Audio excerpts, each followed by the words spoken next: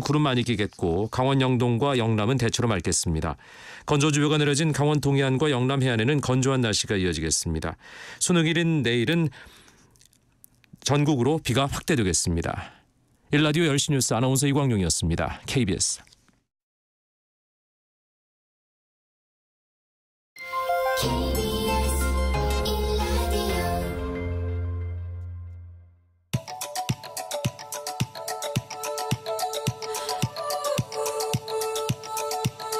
김성환의 시사야.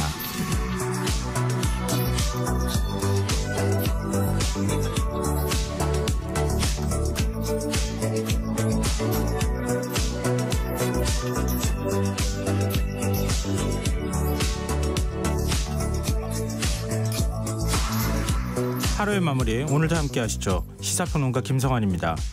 2024학년도 대학 수학능력시험을 하루 앞두고 조금 특별한 고사장이 만들어졌다고 합니다. 과거를 반성하면서 사회 복귀를 준비하는 소년 수용수들을 위해 교도소 안에 시험장이 마련됐다고 하는데요. 어떤 사연인지 더 깊이 들여다보는 인터뷰 시간에 만델라 소년학교 교장인 김종한 서울 남부교도소 사회복귀 과정과 이야기 나눠보겠습니다. 수요일 코너죠. 기후위기 시대, 더 나은 미래를 제안하는 지구생활 백석 코너도 마련돼 있으니까요. 많은 관심 부탁드리겠습니다. 김성환의 시사에는 청취자 여러분들의 관심과 참여 기다립니다. 방송 내용과 관련해 의견 있으신 분들은 문자 보내주십시오. 당첨된 분들께는 모바일 쿠폰 보내드릴 텐데요. 참여하실 번호는 샵9730이고요. 짧은 문자 50원, 긴 문자는 100원의 이용료가 부과됩니다. 또 저희 방송을 유튜브를 통해서도 실시간으로 시청 또 참여하실 수 있는데요. KBS 일라디오 채널 들어오셔서 구독, 좋아요 많이 눌러주시길 부탁드립니다. 김성환의 시사야, 그럼 지금 시작하겠습니다.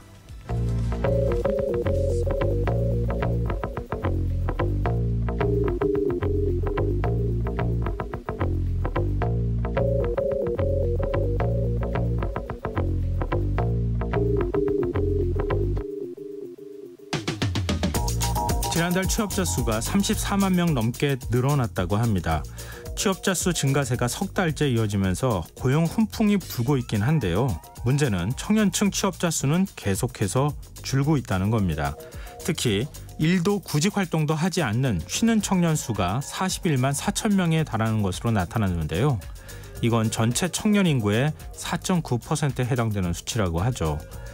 이런 상황을 타개하고자 정부는 청년층 노동시장 유입 촉진 방안을 발표했는데요. 쉬는 청년 수를 줄이기 위해 일정 규모의 예산을 투입하겠다는 겁니다. 조금 더 세부적으로 들여다보면요. 재학생들에겐 청년 인턴 규모를 확대해 일을 경험할 기회를 제공하고 청년 취업자들이 이직 과정에서 쉬는 것을 막기 위해 직장 적응을 돕는 온보딩 프로그램을 신설하기로 했는데요. 이제 중요한 건 정책의 실효성이겠죠. 기획재정부는 지난 7월부터 4개월에 걸쳐 쉬는 청년을 대상으로 심층 면접을 진행한 바 있습니다. 그 결과 원하는 일자리를 찾기 어려워서 쉬고 있다는 응답자가 가장 많았다고 하는데요. 이들 가운데 75%는 이미 직장 경험이 있었고 그 가운데 구직 의사가 있는 청년은 73%였다고 합니다. 결국 양질의 일자리를 만들고 노동시장 이중 구조를 해소해야 문제를 해결할 수 있다는 이야기가 될 텐데요. 정부는 왜 직접 들은 청년들의 목소리를 대책에 포함시키지 못한 걸까요? 기재부 청년정책과장은 인구가 줄어드는 상황에서 쉬는 청년이 늘어나면 잠재 성장률 저하가 우려된다, 이런 진단을 내놓기도 했는데요. 그렇다면 조금 더 특단의 대책을, 근본적인 대책을 고민했어야 하는 게 아닐까요?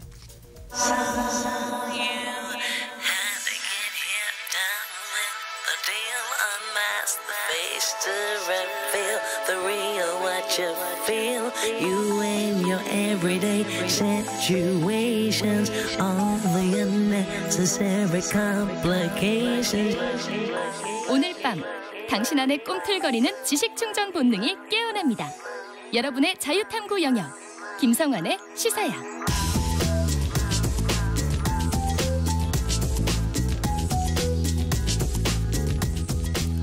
오늘 어쩌던 뉴스 꼼꼼히 정리해드리는 뉴스의 시간입니다. 오늘은 시사저널 구민주 기자 나와 계십니다. 안녕하세요. 네, 안녕하세요. 네, 오늘 국회에선 김명수 합참의장 후보자에 대한 인사청문회가 열렸어요. 네, 그런데 야당 의원들이 김명수 후보자의 각종 의혹들이 해소되지 않았다면서 집단 퇴장하는 등 분위기는 냉랭했습니다. 네. 오늘 청문회에서는요, 김 후보자 딸의 학폭 문제, 그리고 북한 도발 상황에서 김 후보자가 골프장을 방문하거나 근무 중 주식 거래를 한 논란 등이 문제가 됐습니다.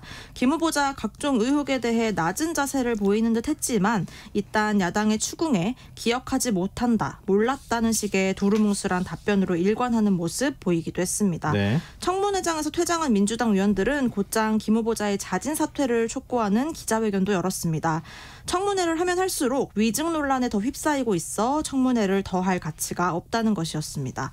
권칠승 민주당 수석 대변인은요, 김 후보자는 전역 후 매일 주식 투자하며 골프를 즐기면 충분한 사람이라면서 윤 대통령을 향해 내정 철회를 촉구했습니다.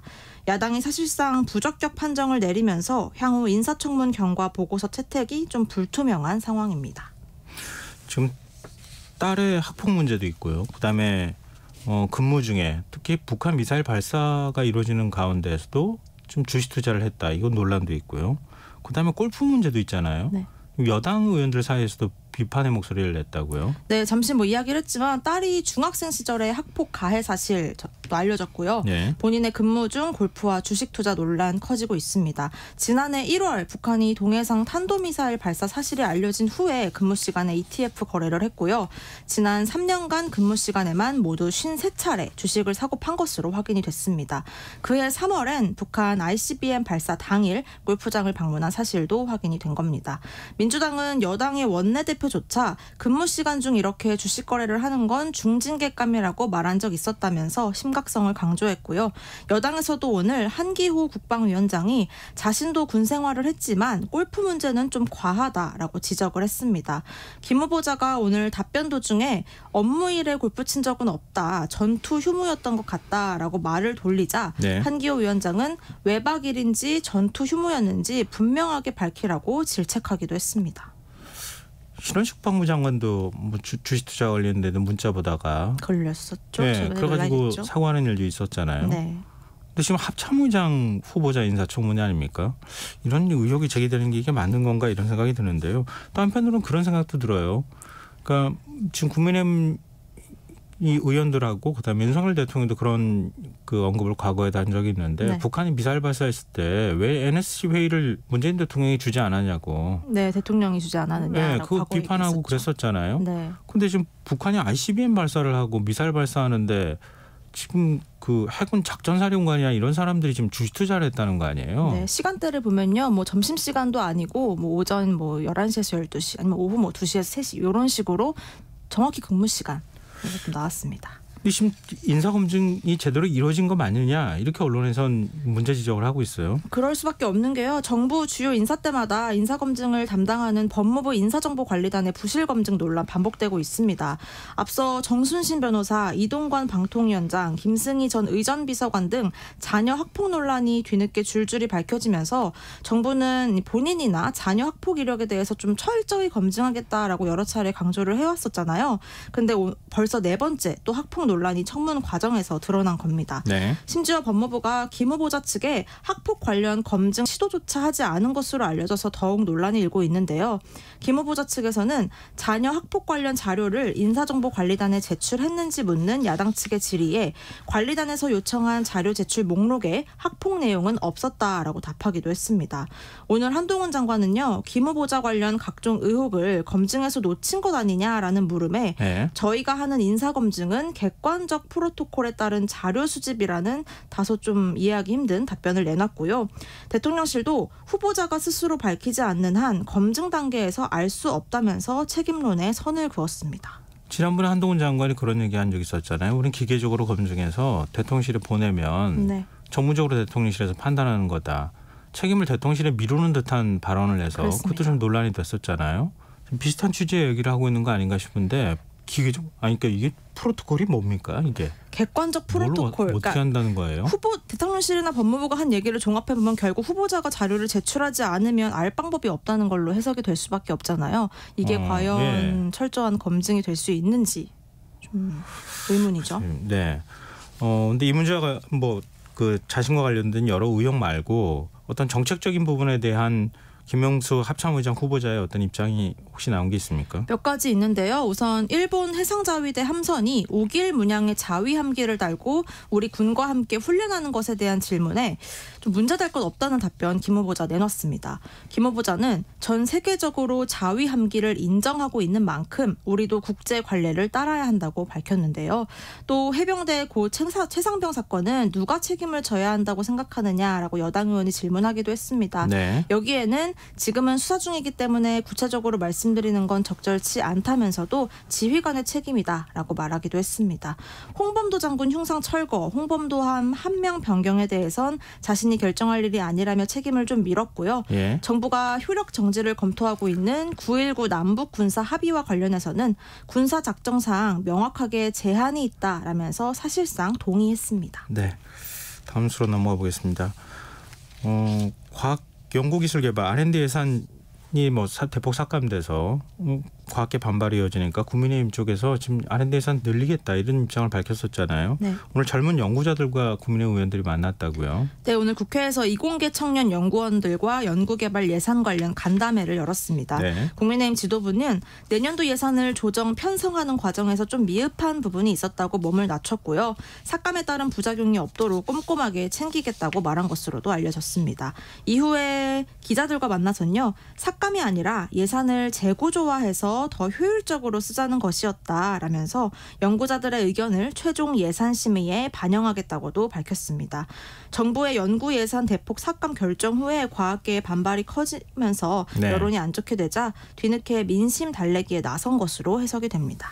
민주당 이재명 대표는 대덕특구 찾아서 과학기술개발 연구자들과 또 간담회를 가졌어요. 네, 민주당도 R&D 예산 주도권에서 좀 밀리지 않겠다 이런 행보를 나선 건데요. 예. 이 대표 대덕특구를 찾아서 과학기술개발 연구자들과 간담회 열었습니다. 예산이 상상을 초월할 정도로 삭감돼서 연구개발 현장에 매우 큰 지장을 초래하고 연구자의 생계가 위협받는 황당한 사태가 벌어졌다면서 네. 민주당력을 총동원해 반드시 예산을 복원하겠다고 약속했고요. 정부를 대신해서 사과도 했습니다. 특히 이 대표의 대전 방문은요. 단식 치료하고 당무에 복귀한 후 첫 민생 현장 행보이기도 한데요. 네. 과학기술 분야에 특화된 충청 지역 민심을 얻기 위함으로도 해석이 됐습니다. 간담회에 앞서서 오늘 현장에서 최고위원회의도 열었는데 최근 서울을 늘려나가겠다는 포퓰리즘적 주장이 국민의 걱정거리를 늘리고 있다면서 충남 혁신도시 지원을 약속하기도 했습니다. 그 정치권 뭐 여야 인사들이 전부 과학자들 만나고 의견 청취하고 있잖아요. 근데 실제 과학기술 예산, 그러니까 R&D 예산은 어떻게 심의되고 있습니까? 네, 어제 민주당이 국회 과방위 예산결산 심사 소위에서 내년도 이 관련 예산안을 단독 처리했는데요. 당초 정부안보다 8천억 원가량 증액돼서 소위를 통과했습니다. 첨단 바이오 글로벌 역량 강화 항목 등에서 1조 1,600억 원을 감액한 후 R&D 예산으로 재편성한 거고요. 과학기술계 연구원 운영비나 4대 과학기술원 학생 인건비 항목 등은 2조 원가량 증액 의결되기도 했습니다. R&D 예산 조정을 약속했던 국민의힘 여야 합의 없는 날치기 통과라면서 처리 직전에 퇴장을 했습니다. 네. 그리고 대통령실 참모들이 총선 출마를 위해서 계속 그만두고 있다 이런 소식들이 전해지고 있잖아요. 저도 개인적으로 저 이제 나와요 이런 전화를 받기도 하고 그랬었는데 예. 대통령실이 조직 개편에 나섰어요. 네, 집권 3년 차에 맞춰서 또 총선을 앞두고 개편을 나섰는데요. 대통령실 슬림화 기조를 바탕으로 기존 4개 비서관실 체제였던 시민사회 수석실을 3개 체제로 축소 운영하기로 했는데 네. 수석은 오히려 좀 늘렸습니다. 대통령실은 기존의 2실 6수석 체제였는데요. 이걸 2실 8수석 체제로 바꾸려고 준비 중이고요. 현 경제수석실 산하의 과학기술비서관실을 분리해서 별도의 과학기술 문화예술 수석실을 두기로 했고 네. 사회수석실에서 환경과 노동 분야만 분리한 환경노동수석도 신설하는 방안 검토하고 있습니다. 문재인 정부의 8수석 체제가 너무 방대하다면서 이 윤석열 정부는 5수석으로 규모를 줄여서 출범을 했었거든요. 네. 그런데 1년 6개월여 만에 다시 8수석으로 원상복귀를 하려는 조짐이 보이고 있는 겁니다. 네. 근데 윤석열 대통령이 40대 여성 인재풀을 열심히 찾아라 이런 취재 발언을 했다고요? 네, 서울대 출신 50대 남성 서우남 인사로 초반부터 좀 비판을 받아왔었는데요. 여기에서 벗어나서 지여사라고 불리더라고요. 지역 기반 40대 여성 인재를 적극적으로 찾으라고 오늘 지시를 한 겁니다. 윤 대통령은 내가 모르는 사람이어도 좋으니 적극 추천하라고 말했다고 하는데요. 현재 19개 부처 중 환경부, 여가부, 중소벤처기업부 3개 부처에서 여성이 장관직을 맡고 있지만 모두 70년대생은 아니고요. 대통령실 수석 6명 중에서도 여성은 71년생 김은혜 홍보수석이 유일한 상황입니다. 대통령실 안팎에서는요. 장미란 전 선수를 문체부 차관으로 임명한 게 여론의 반응이 좋았던 만큼 이 제2의 장미란이 절실하다는 얘기도 나오고요. 이런 움직임이 어쨌든 총선을 앞두고 대통령실이 좀 변화하고 있다. 이런 인식을 주기 위한 시도 아니냐. 이렇게 풀이되기도 합니다. 이런 게 헌법재판관이나 대법관 임명할 때나 좀 다른 분야에서도 좀 적용됐으면 참 좋겠다 이런 생각이 드네요. 지금 여러분께서는 KBS 라디오 김성환의 시사와 함께하고 계십니다.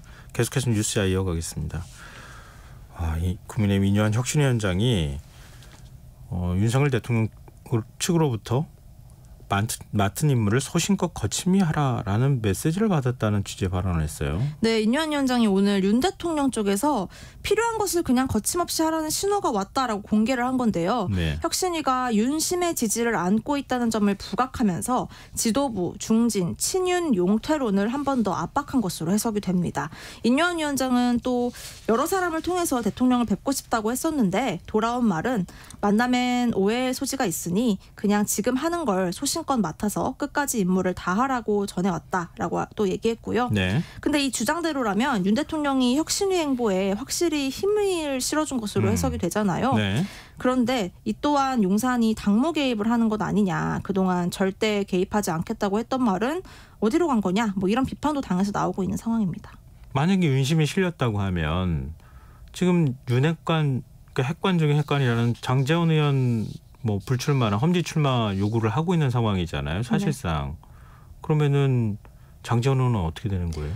그래서 오늘 떠도는 얘기로는 장제원 의원이 이렇게 사실상 서울 출마, 수도권 출마를 거부한 것에 대해서 윤 대통령이 좀 불편한 기색을 보였다 이런 얘기도 나오고 있는데요. 예. 이 위원장의 힘을 실어줬다는 건 곧 이들의 용퇴에 윤 대통령실이 용인을 했다, 승인을 했다, 밀어주고 있다 이런 얘기로도 해석이 될 수밖에 없잖아요. 그렇죠. 그렇기 때문에 지금 당 주류의 불만 수위가 굉장히 공개적으로 높아지고 있는 상황입니다. 김기현 대표는 그동안도 불편한 기색을 좀 보여왔는데 오늘도 정제되지 않은 발언들이 보도돼서 혼선을 일으키는 모습이 당에 바람직하지 않다면서 사실상 한 번 더 경고를 했고요. 총선은 단편 예술작품이 아니라 종합예술작품이라면서 당을 중심으로 지도부가 총선을 잘 지휘해 나가겠다면서 좀 주도권을 지키라는 의지를 드러내기도 했습니다. 그 밖에도 친윤계에선 이뇨한 위원장이 너무 급발진한다. 윤심을 들먹이면서 대통령과 친윤 사이를 이간질하려 하고 있다라고 노골적으로 불만을 터뜨리고 있고요. 네. 이게 정말 대통령의 메시지는 맞나 강하게 의심하는 기색도 보이고 있습니다. 장제원 의원은 굉장히 강하게 지금 반발하고 있는 것 같은데. 사실상 완전히 거부를 했죠. 그러면 이뇨한 혁신위원장을 중간에 놓고 이뇨한 혁신위원장은 윤심을 업었다고 지금 얘기를 하고 있고 네. 지금 당 지도부하고 이른바 친윤 의원들 이건 우리 못 들어주겠다. 믿을 수 없다고도 하고요. 네. 그럼 대통령하고 싸우는 거잖아요. 그런 각이 형성이 돼서 네. 앞으로 국민의힘 상황이 굉장히 누군가의 말로는 엉망이 되겠다 이런 얘기들이 나오고 갈등이 있죠. 좀 더 파열음이 커질 가능성이 네. 있다 이런 말이잖아요. 근데 사실 민주당도 당 내에서 여러 가지 반대 목소리나 파열음이 커진다 또 이렇게 또 봐야 될 것도 같은데요. 민주당 비명계 의원들 원칙과 상식 모임을 내일 공식 출범한다고요? 네, 김종민, 이원욱, 윤영찬, 조응천 등 민주당 비명계 의원들을 필두로 한 모임 내일 출범하고 기자회견도 갖습니다. 네. 회견을 통해서 민주당이 앞으로 나아가야 할 방향을 발표할 예정이라고 하는데요. 아무래도 이재명 대표의 험지 출마 결단 그리고 친명 위주 지도부의 해체, 공천 공정성 보장 등을 요구하지 않을까 예상이 되고 있습니다. 이들이 개별로 움직이는 것보단 집단 행동을 할 경우에 더 목소리에 힘이 실릴 거라는 생각으로 조직을 한 것으로 읽히는데요. 다만 이들은 탈당을 전제로 활동하는 것 아니냐는 의혹에 대해선 선을 긋고 있습니다. 그리고 얼마 전에 이준석 대표하고 소통하고 있다. 그래서 이준석 전 대표가 만드는 신당 쪽에 결합하지 않겠느냐라는 전망이 나왔던 이상민 의원. 오늘은 국민의힘 입당 가능성까지 거론했어요. 네, 원래 이상민 의원도 사실 이 비명계 모임 원칙과 상식에 이름을 올리려고 했었는데요. 네. 다른 모임의 의원들과는 좀 의견 차이가 있어서 참여하지 않기로 했다고 합니다. 네. 근데 모임에 참여한 한 비명계 의원은 이상민 의원이 좀 다른 계획이 있는 것 같다라고 밝히기도 했는데요. 예. 이게 아무래도 탈당 결단을 임박한 게 아니냐 이런 얘기로 해석이 되고 있습니다. 이상민 의원은 말씀하신 대로 그동안 이준석 신당 합류할 거란 얘기 꾸준히 제기됐었는데 예. 오늘은 국민의힘 입당도 선택지에 있느냐는 질문에 그렇다면서 어느 가능성이든 배제할 필요는 없다라고 밝혔습니다. 거취 결정 시점도 자꾸만 늦추면 공천 흥정하는 것처럼 보일 수 있으니 12월 초까지는 결정하겠다고도 못을 박았습니다. 이재명 대표 지지자들은요. 얼른 탈당하라 그럴 줄 알았다. 수박 본색을 드러냈다라면서 강하게 이상민 의원을 비판하고 있습니다. 그 이상민 의원하고 국민의힘 쪽하고 뭔가 소통하고 있다 이렇게 또 볼 수도 있을 것 같은데 왜냐하면 저 5선까지 한 중진 의원 아니에요? 네. 근데 국민의힘 입당 가능성을 거론할 정도면 최소한 국민의힘에서 그럼 우리 당으로 나와도 좋아라는 뭐 사인 같은 게 있어야 되는 거 그럼 아닙니까? 뭐 직간접적인 제안을 받았기 때문에 이렇게 공개적으로 얘기한 것 아니냐. 선택지가 열려 있다고 그렇게 해석할 수밖에 없겠죠. 아무래도 되게 무게감 있는 중진 그렇죠. 의원이었잖아요. 네. 그동안 굉장히 여러 의미로 해석이 될 것 같습니다. 네. 그리고 송영길 전 대표 그동안에 그 이른바 돈봉투 사건으로 수사를 계속 받아야 될 대상으로 생각이 됐었는데 네. 비례정당 창당 가능성을 시사했습니까? 네, 어제 한 라디오에 출연한 송 전 대표가요. 총선 출마 의향을 묻는 질문에 전국구용 신당이 만들어질 수밖에 없는 상황인데 자신 역시 여기에 대해서 심각하게 고민하고 있다면서 출마 가능성을 시사를 한 겁니다. 나아가서 송영길 비례전문 신당 만들 수 있느냐라는 질문에도 검찰 독재와 제대로 싸울 수 있는 정당, 그래서 민주당을 견인할 수 있는 정당이 필요하다면서 사실상 긍정을 했고요. 조국 전 장관과도 명예회복을 위해 함께 도모할 수 있다면서 연대 가능성 언급했습니다. 정치권에서 오르내리고 있는 이른바 조추송, 조국 추미애 송영길 셋이 연대한 당이 탄생하는 것 아니냐 이런 이야기가 커지고 있습니다. 송 전 대표가 한동훈 법무부 장관과 뭐 설전 벌이고 거친 언사 주고받고 했었잖아요. 네. 민주당 입장에서 좀 편할 리가 없을 것 같은데요. 네, 말씀하신 대로 송 전 대표는 계속해서 설전 주고받고 있죠. 네. 한 장관에게 뭐 건방진 놈, 어린 놈 등 비판을 했고 한 장관이 입장문까지 내고 송 전 대표 같은 분들이 수십 년간 정치를 후지게 만들었다고 반박을 했었어요. 물론 민주당 내에는 민영배, 유정주 의원 등 일부가 송 전 대표와 함께 한 장관을 비판하는 목소리 내고는 있는데요. 네. 민주당 내의 일반적인 반응은 좀 송 전 대표의 이러한 행보가 부담스럽다, 우려스럽다는 입장이 좀 있는 것 같습니다. 한 장관의 대응이 좀 부적절한 것과는 상관없이 이런 언쟁이 계속 노출되는 것이 총선을 앞두고 일반 여론에는 좀 도움이 안 되는 것 같고 특히 민주당이 공을 들이고 있는 중도 민심에 좀 부정적으로 작용하는 것 아니냐 이런 우려가 나오는 겁니다. 실제 당내에서는요. 송 전 대표는 이미 당을 탈당한 인사다. 어느 정도 거리를 둬야 한다는 목소리가 나오고 있고요. 당 지도부가 송 전 대표에게 자중하라고 공개적으로 얘기해야 되는 것 아니냐 이런 주장도 제기가 되고 있습니다. 네. 뭐 어느 당도 좀 조용한 당은 없는 것 같긴 한데요. 네. 이른바 이제 조추송, 조추송이죠. 네. 비례정당 만들겠다는 얘기는 달리 말하면은 위성정당 만들겠다는 의미로 해석이 되잖아요. 네. 근데 민주당 의원 30명이 위성정당 방지법 당론 추진을 촉구하고 나섰어요. 네, 마침 오늘이었습니다. 오늘 오전 기자회견 열었는데요. 이탄희 의원 등 민주당 의원 30명이 입장문을 같이 발표를 했습니다. 네. 당 지도부에 이른바 위성정당 방지법을 당론으로 택해서 빠르게 추진하기를 촉구한 건데요. 그동안 민주당이 거대 양당 기득권 구도를 깨고 위성정당의 재출현을 맡겠다고 약속을 해왔던 만큼 이 약속을 끝까지 지켜서 국민 신뢰를 회복해야 한다고 강조한 겁니다. 위성정당을 막을 방법이 현실적으로 없다라고 주장하는 국민의힘은 비겁한 변명일 뿐이고 의석 몇 석을 더 늘려보려는 꼼수라면서 민주당이 여기에 휘둘려서는 안 된다고도 강조했습니다. 이재명 지도부가 현행 준연동형 비례제에서 병립형으로 회귀하려고 하는 것 아니냐라는 이야기가 최근에 정치권에 많이 돌았거든요. 네. 여기에 대해서는 오늘 의원들은 전혀 사실이 아니라고 부인을 했고요. 아직 비례제 방향과 위성정당 방지법 당론 추진 등에 대한 이재명 지도부의 확실한 입장은 나오지 않고 있는 상황입니다. 뭐 어떤 방식으로든 좀 선거제 개편이 빨리 뭐 논의에 들어가고 합의를 해야지 계속 이런 논란이 있을 거 아니겠습니까? 지금 당장 예비후보 등록이 코앞으로 다가왔는데 말이죠. 자, 오늘 뉴스 여기까지 하겠습니다. 지금까지 시사저널 구민주 기자였습니다. 고맙습니다. 고맙습니다.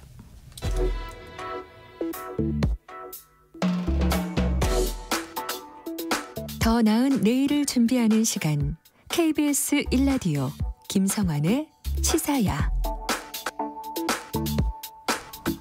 대학 수학 능력 시험을 하루 앞둔 시점에서 조금 특별한 고사장이 만들어졌다는 소식이 전해졌습니다. 바로 교도소 안에 마련된 고사장인데요.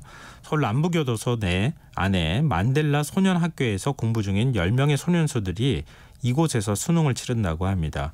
수감 중인 소년수들이 어떻게 수능에 도전하게 됐는지 만델라 소년학교 교장인 김종환 서울 남부교도소 사회복귀 과장 연결해서 얘기 나눠보도록 하겠습니다. 과장님 안녕하십니까? 네, 안녕하십니까? 네, 사실 좀 낯설어요.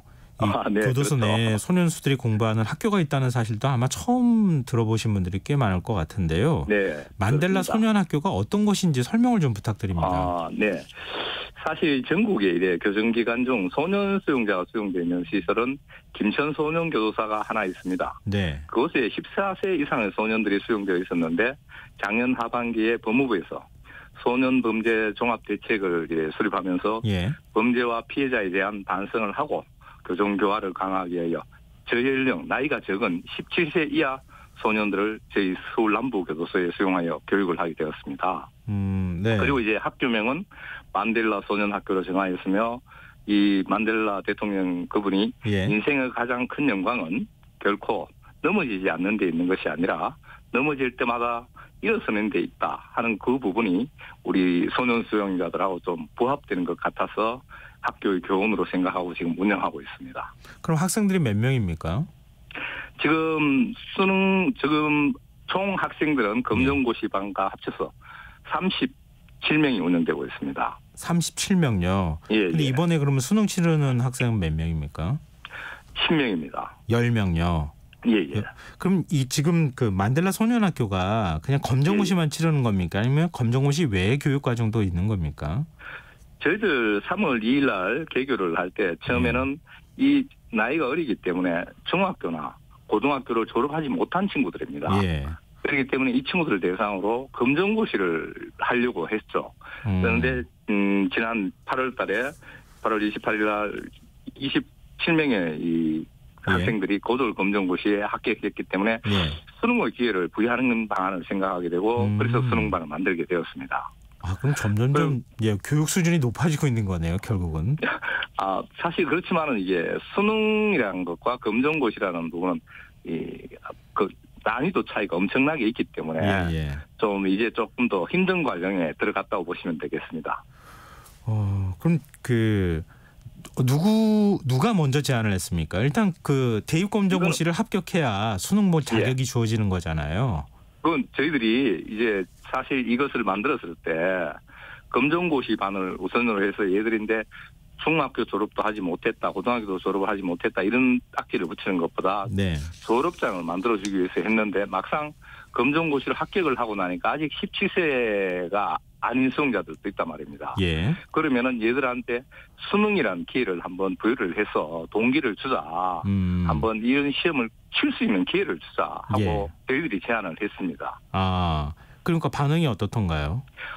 처음에 이런 제안을 했을 때 이 수용자들이 우리가 전과자인데 무슨 대학이나 하면서 이런 패배의식에 젖어서 지원을 하라고 했을 때 3-4명밖에 지원을 하지 않았습니다. 그래서 처음에는요? 그래서 저희들이 야, 이거 수능이라는 것이 너가 인생을 살아가면서 가장 쉬운 시험일 수도 있다. 그리고 이번 기회를 놓치면은 다시 이런 기회가 돌아오지 않는다 하면서 설득을 해서 신명이 만들어졌고, 그래서 교육청에 협조를 요청하고 그렇게 하면서 수능 시험장도 만들어지고 수능 공부를 하게 된 것이죠.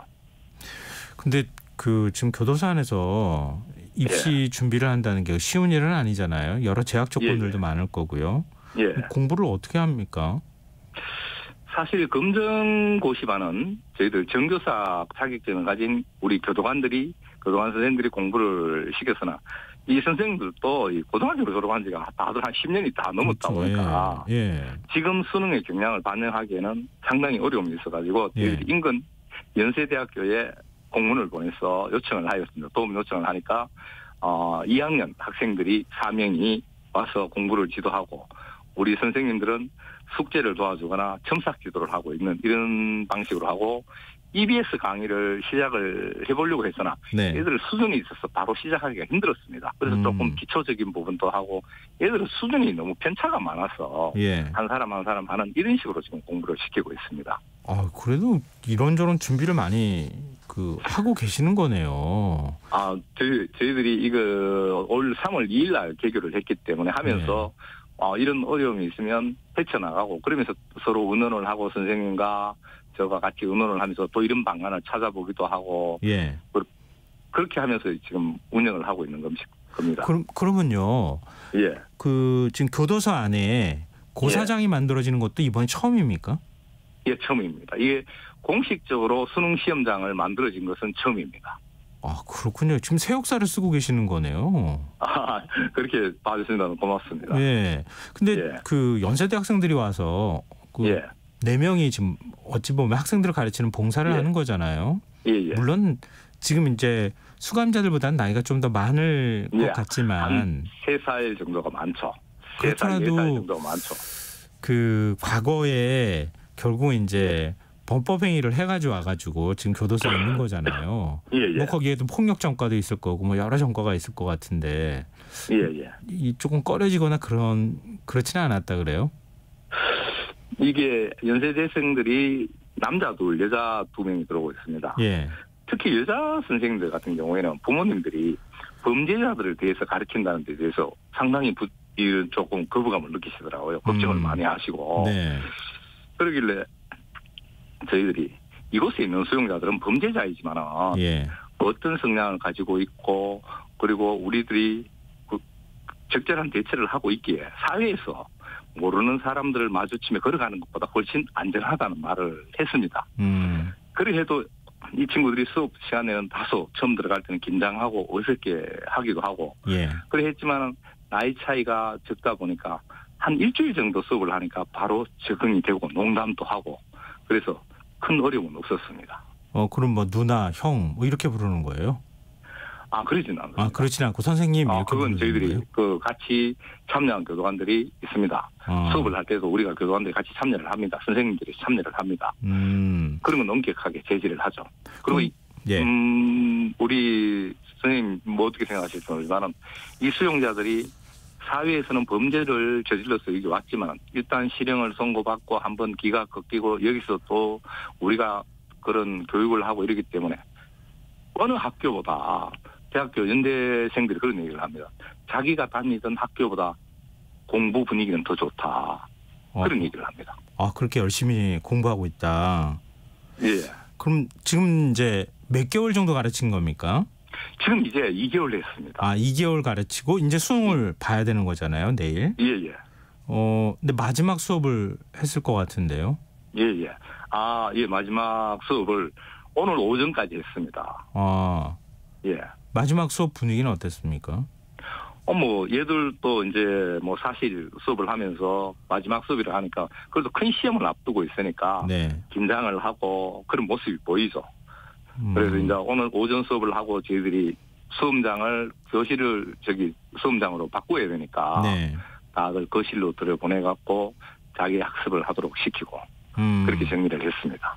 근데 그동안에 정이 좀 들었을 텐데 이게 사실 또 다시 와서 수업을 가르친다고 하는 보장이 없는 거잖아요.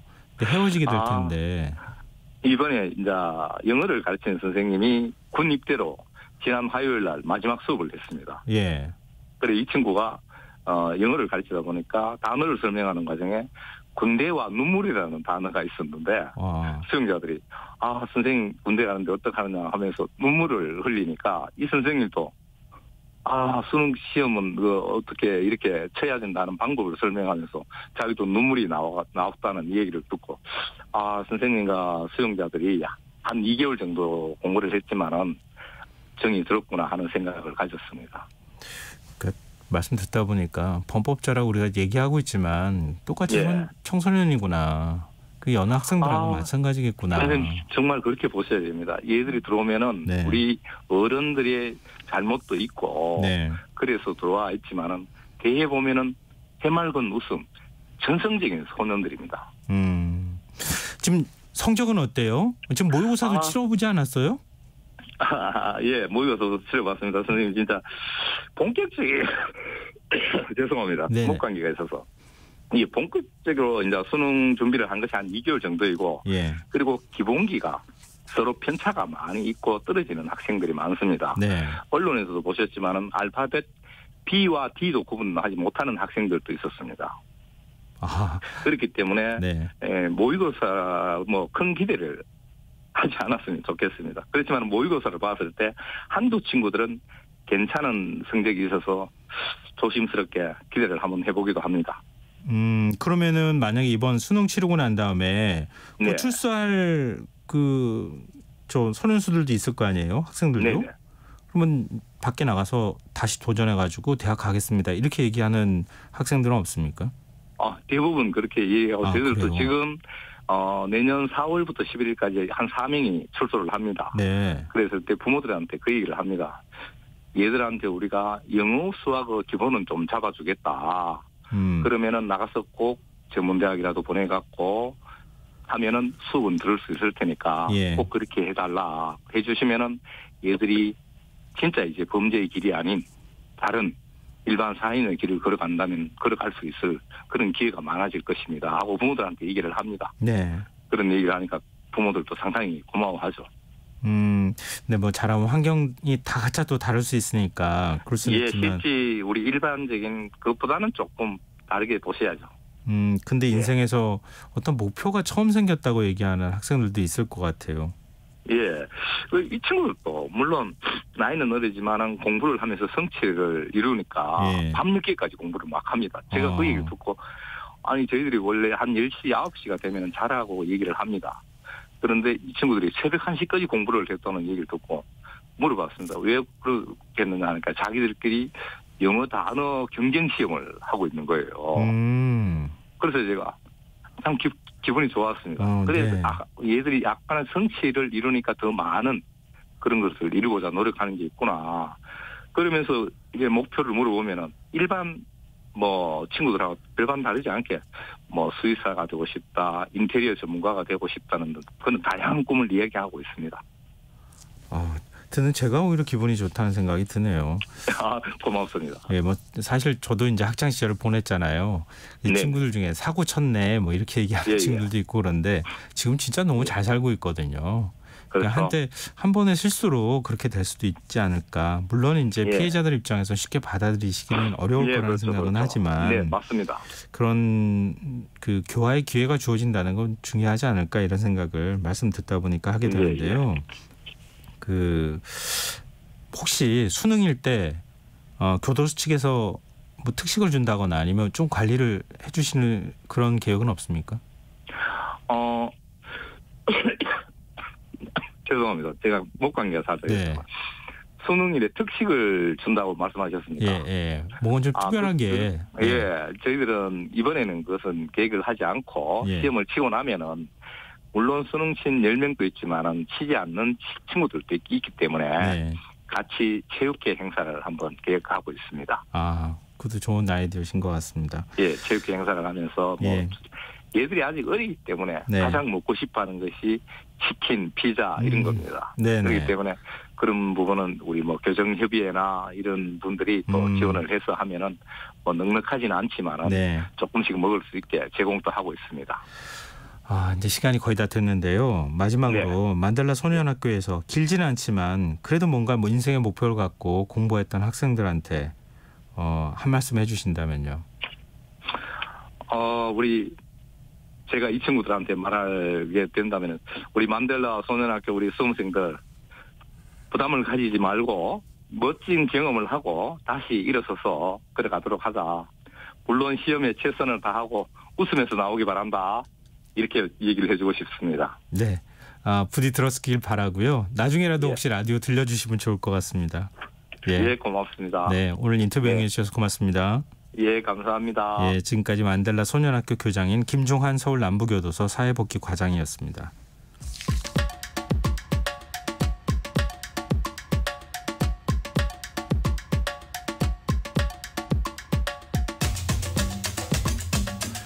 올해 가을 단풍 보면서 아쉽다 생각하시는 분들 많으실 텐데요. 단풍이 물드는 시기도 늦어지고 이 색깔도 예전만 못하다 이런 이야기가 많이 나왔기 때문일 겁니다. 왜 그런 걸까요? 우리가 놓치지 말아야 할 환경 이슈 살펴보는 시간이죠. 지구생활 벽서 사단법인 넥스트 윤지로 수석과 함께하겠습니다. 안녕하세요. 네, 안녕하세요. 네, 그러지 않아도 저도 똑같은 생각했었어요. 아쉽다. 그냥 네. 이 단풍 그냥 끝나버리겠네. 네. 이런 생각했었거든요. 네, 맞아요. 근데 눈빛을 보니까 저랑 비슷한 생각했었던 것 네, 같은데요. 맞습니다. 네. 이제 오늘 단풍 얘기하려고 나왔는데요. 예. 이제 진짜 만추잖아요. 예. 네. 지금 이제 제가 뭐 가을을 타서 그런지 모르겠는데. 가을 타는 편이에요? 아니요, 평소 안 지나지 그랬는데, 안 그랬는데, 약간 올해 특히 좀 요새 좀 기분이 좀 그렇더라고요. 마음이 좀 쓸쓸해지기도 하고. 네.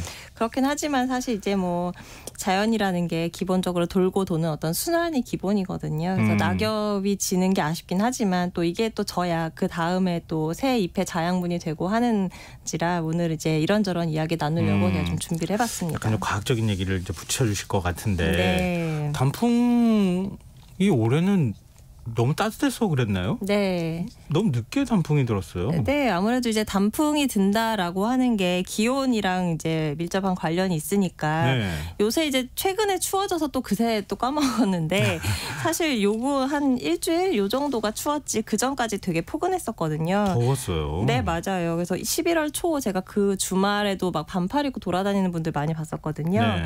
그래서 아마 이제 그럼 단풍이 왜 들까부터 이야기를 해보면 이제 많이들 검색은 해보셨을 것 같아요. 왜 가을에 나뭇잎이 물들까 이런 걸 검색을 해보셨을 텐데 네. 뭐 이제 알다시피 이게 이제 겨울을 준비하기 위해서 그런 거죠. 그럼 먼저 나뭇잎이 그러면 왜 평소에는 녹색을 뛸까? 이거 왜 학창 시절에 녹색을 배웠잖아요. 띨까요? 네. 엽록소가 녹색이니까. 그러니까 뭐 엽록소. 이렇게. 그거 너무 단편적이네. 단편이죠. 그런가요? 네, 그 정도 이제 다들 아시는데 이제 네. 좀 깊이 말씀드리면 이제 우리가 보는 빛을 가시광선이라고 하잖아요. 뭐 네. 빨주노초 파남보 이렇게. 근데 이제 물체는 이 색깔들 중에서 어떤 건 흡수하고 어떤 거는 반사를 하는데 그 반사시키는 빛을 우리가 보는 거잖아요. 그래서 색깔로 인지하는 거고. 네. 그래서 사실 이파리가 그렇게 녹색을 띠는 것도 이파리가 그 가시광선 중에서 빨간색이랑 파란색을 주로 흡수를 한다고 해요. 그래서 이제 녹색을 반사시키기 때문에 녹색을 우리가 보는 겁니다. 그래서 혹시 요새 보면은 왜 지하철 역사에 스마트판 같은 거 조그맣게 설치한 경우들 있거든요. 맞아요. 예. 거기 불빛 기억해 보시면 이렇게 빨갛거나 아니면 빨강이랑 파랑이 섞여서 보랏빛 보랏빛으로. 이렇게 예. 이제 보이는데 그게 예. 이제 식물이 좋아하는 색깔이 빨강 파랑이다 보니까 그걸 쏘아주다 보니까 이제 그런 색깔을 띠는 거예요. 네. 그래서 이제 식물들이 이렇게 막 왕성하게 성장할 때는 빨강이랑 파랑을 흡수해서 녹색이 반사돼서 이제 그게 우리 눈에 들어오니까 이제 평소에는 이제 녹색잎 이렇게 우리가 이해를 하다가 네. 날이 쌀쌀해지고 뭐 이제 빛도 예전만큼 안 들어오고 하면은 나무가 이제 겨울이 되는구나 하면서 이제 준비를 하는 거죠. 네. 이제 겨울 준비를 그럼 어떻게 하느냐. 나뭇잎을 얘네들이 그냥 매달고 있는 것도 사실 에너지거든요. 그렇죠. 그래서 이제 나뭇잎에서 얻는 에너지보다 얘를 매달고 있는 에너지가 더 든다라고 싶으면 이제 나뭇잎을 떨구는 게 더 낫잖아요. 예. 그래서 어떻게 떨구냐면 이 나뭇가지랑 나무 사이에 물과 양분이 왔다 갔다 하는 그 통로가 있는데 예. 그거를 떨켜라고 하는 어떤 세포로 막아버린다고 해요. 예전에 네. 기사 제목으로 제가 본 것 같아요. 네. 나무가 나뭇잎을 질식시킨다. 네, 맞아요. 진짜 질식시키는 거죠. 네. 그래서 이제 나뭇잎이 이런 이제 수분이나 이런 걸 제대로 공급받지 못하면 이게 아무리 얘가 빛을 들어와도 이제 에너지를 만들 수가 없거든요. 광합성 할 때 물이 없으면 안 되기 때문에. 네. 그래서 이제 그리고 또 이제 막 에너지 영양분을 만든다고 해도 어차피 나무로 보낼 수가 없으니까 의미도 없고요. 그래서 이제 그런 역할을 하던 엽록소가 이제 쓸모가 없으니까 파괴되기 시작하는 거죠. 그래서 엽록소가 반사하던 그런 녹색들이 이제 서서히 줄어들면서 거기에 가려져 있던 다른 색깔의 빛들이 이제 우리 눈에 들어오기 시작하는 겁니다. 네.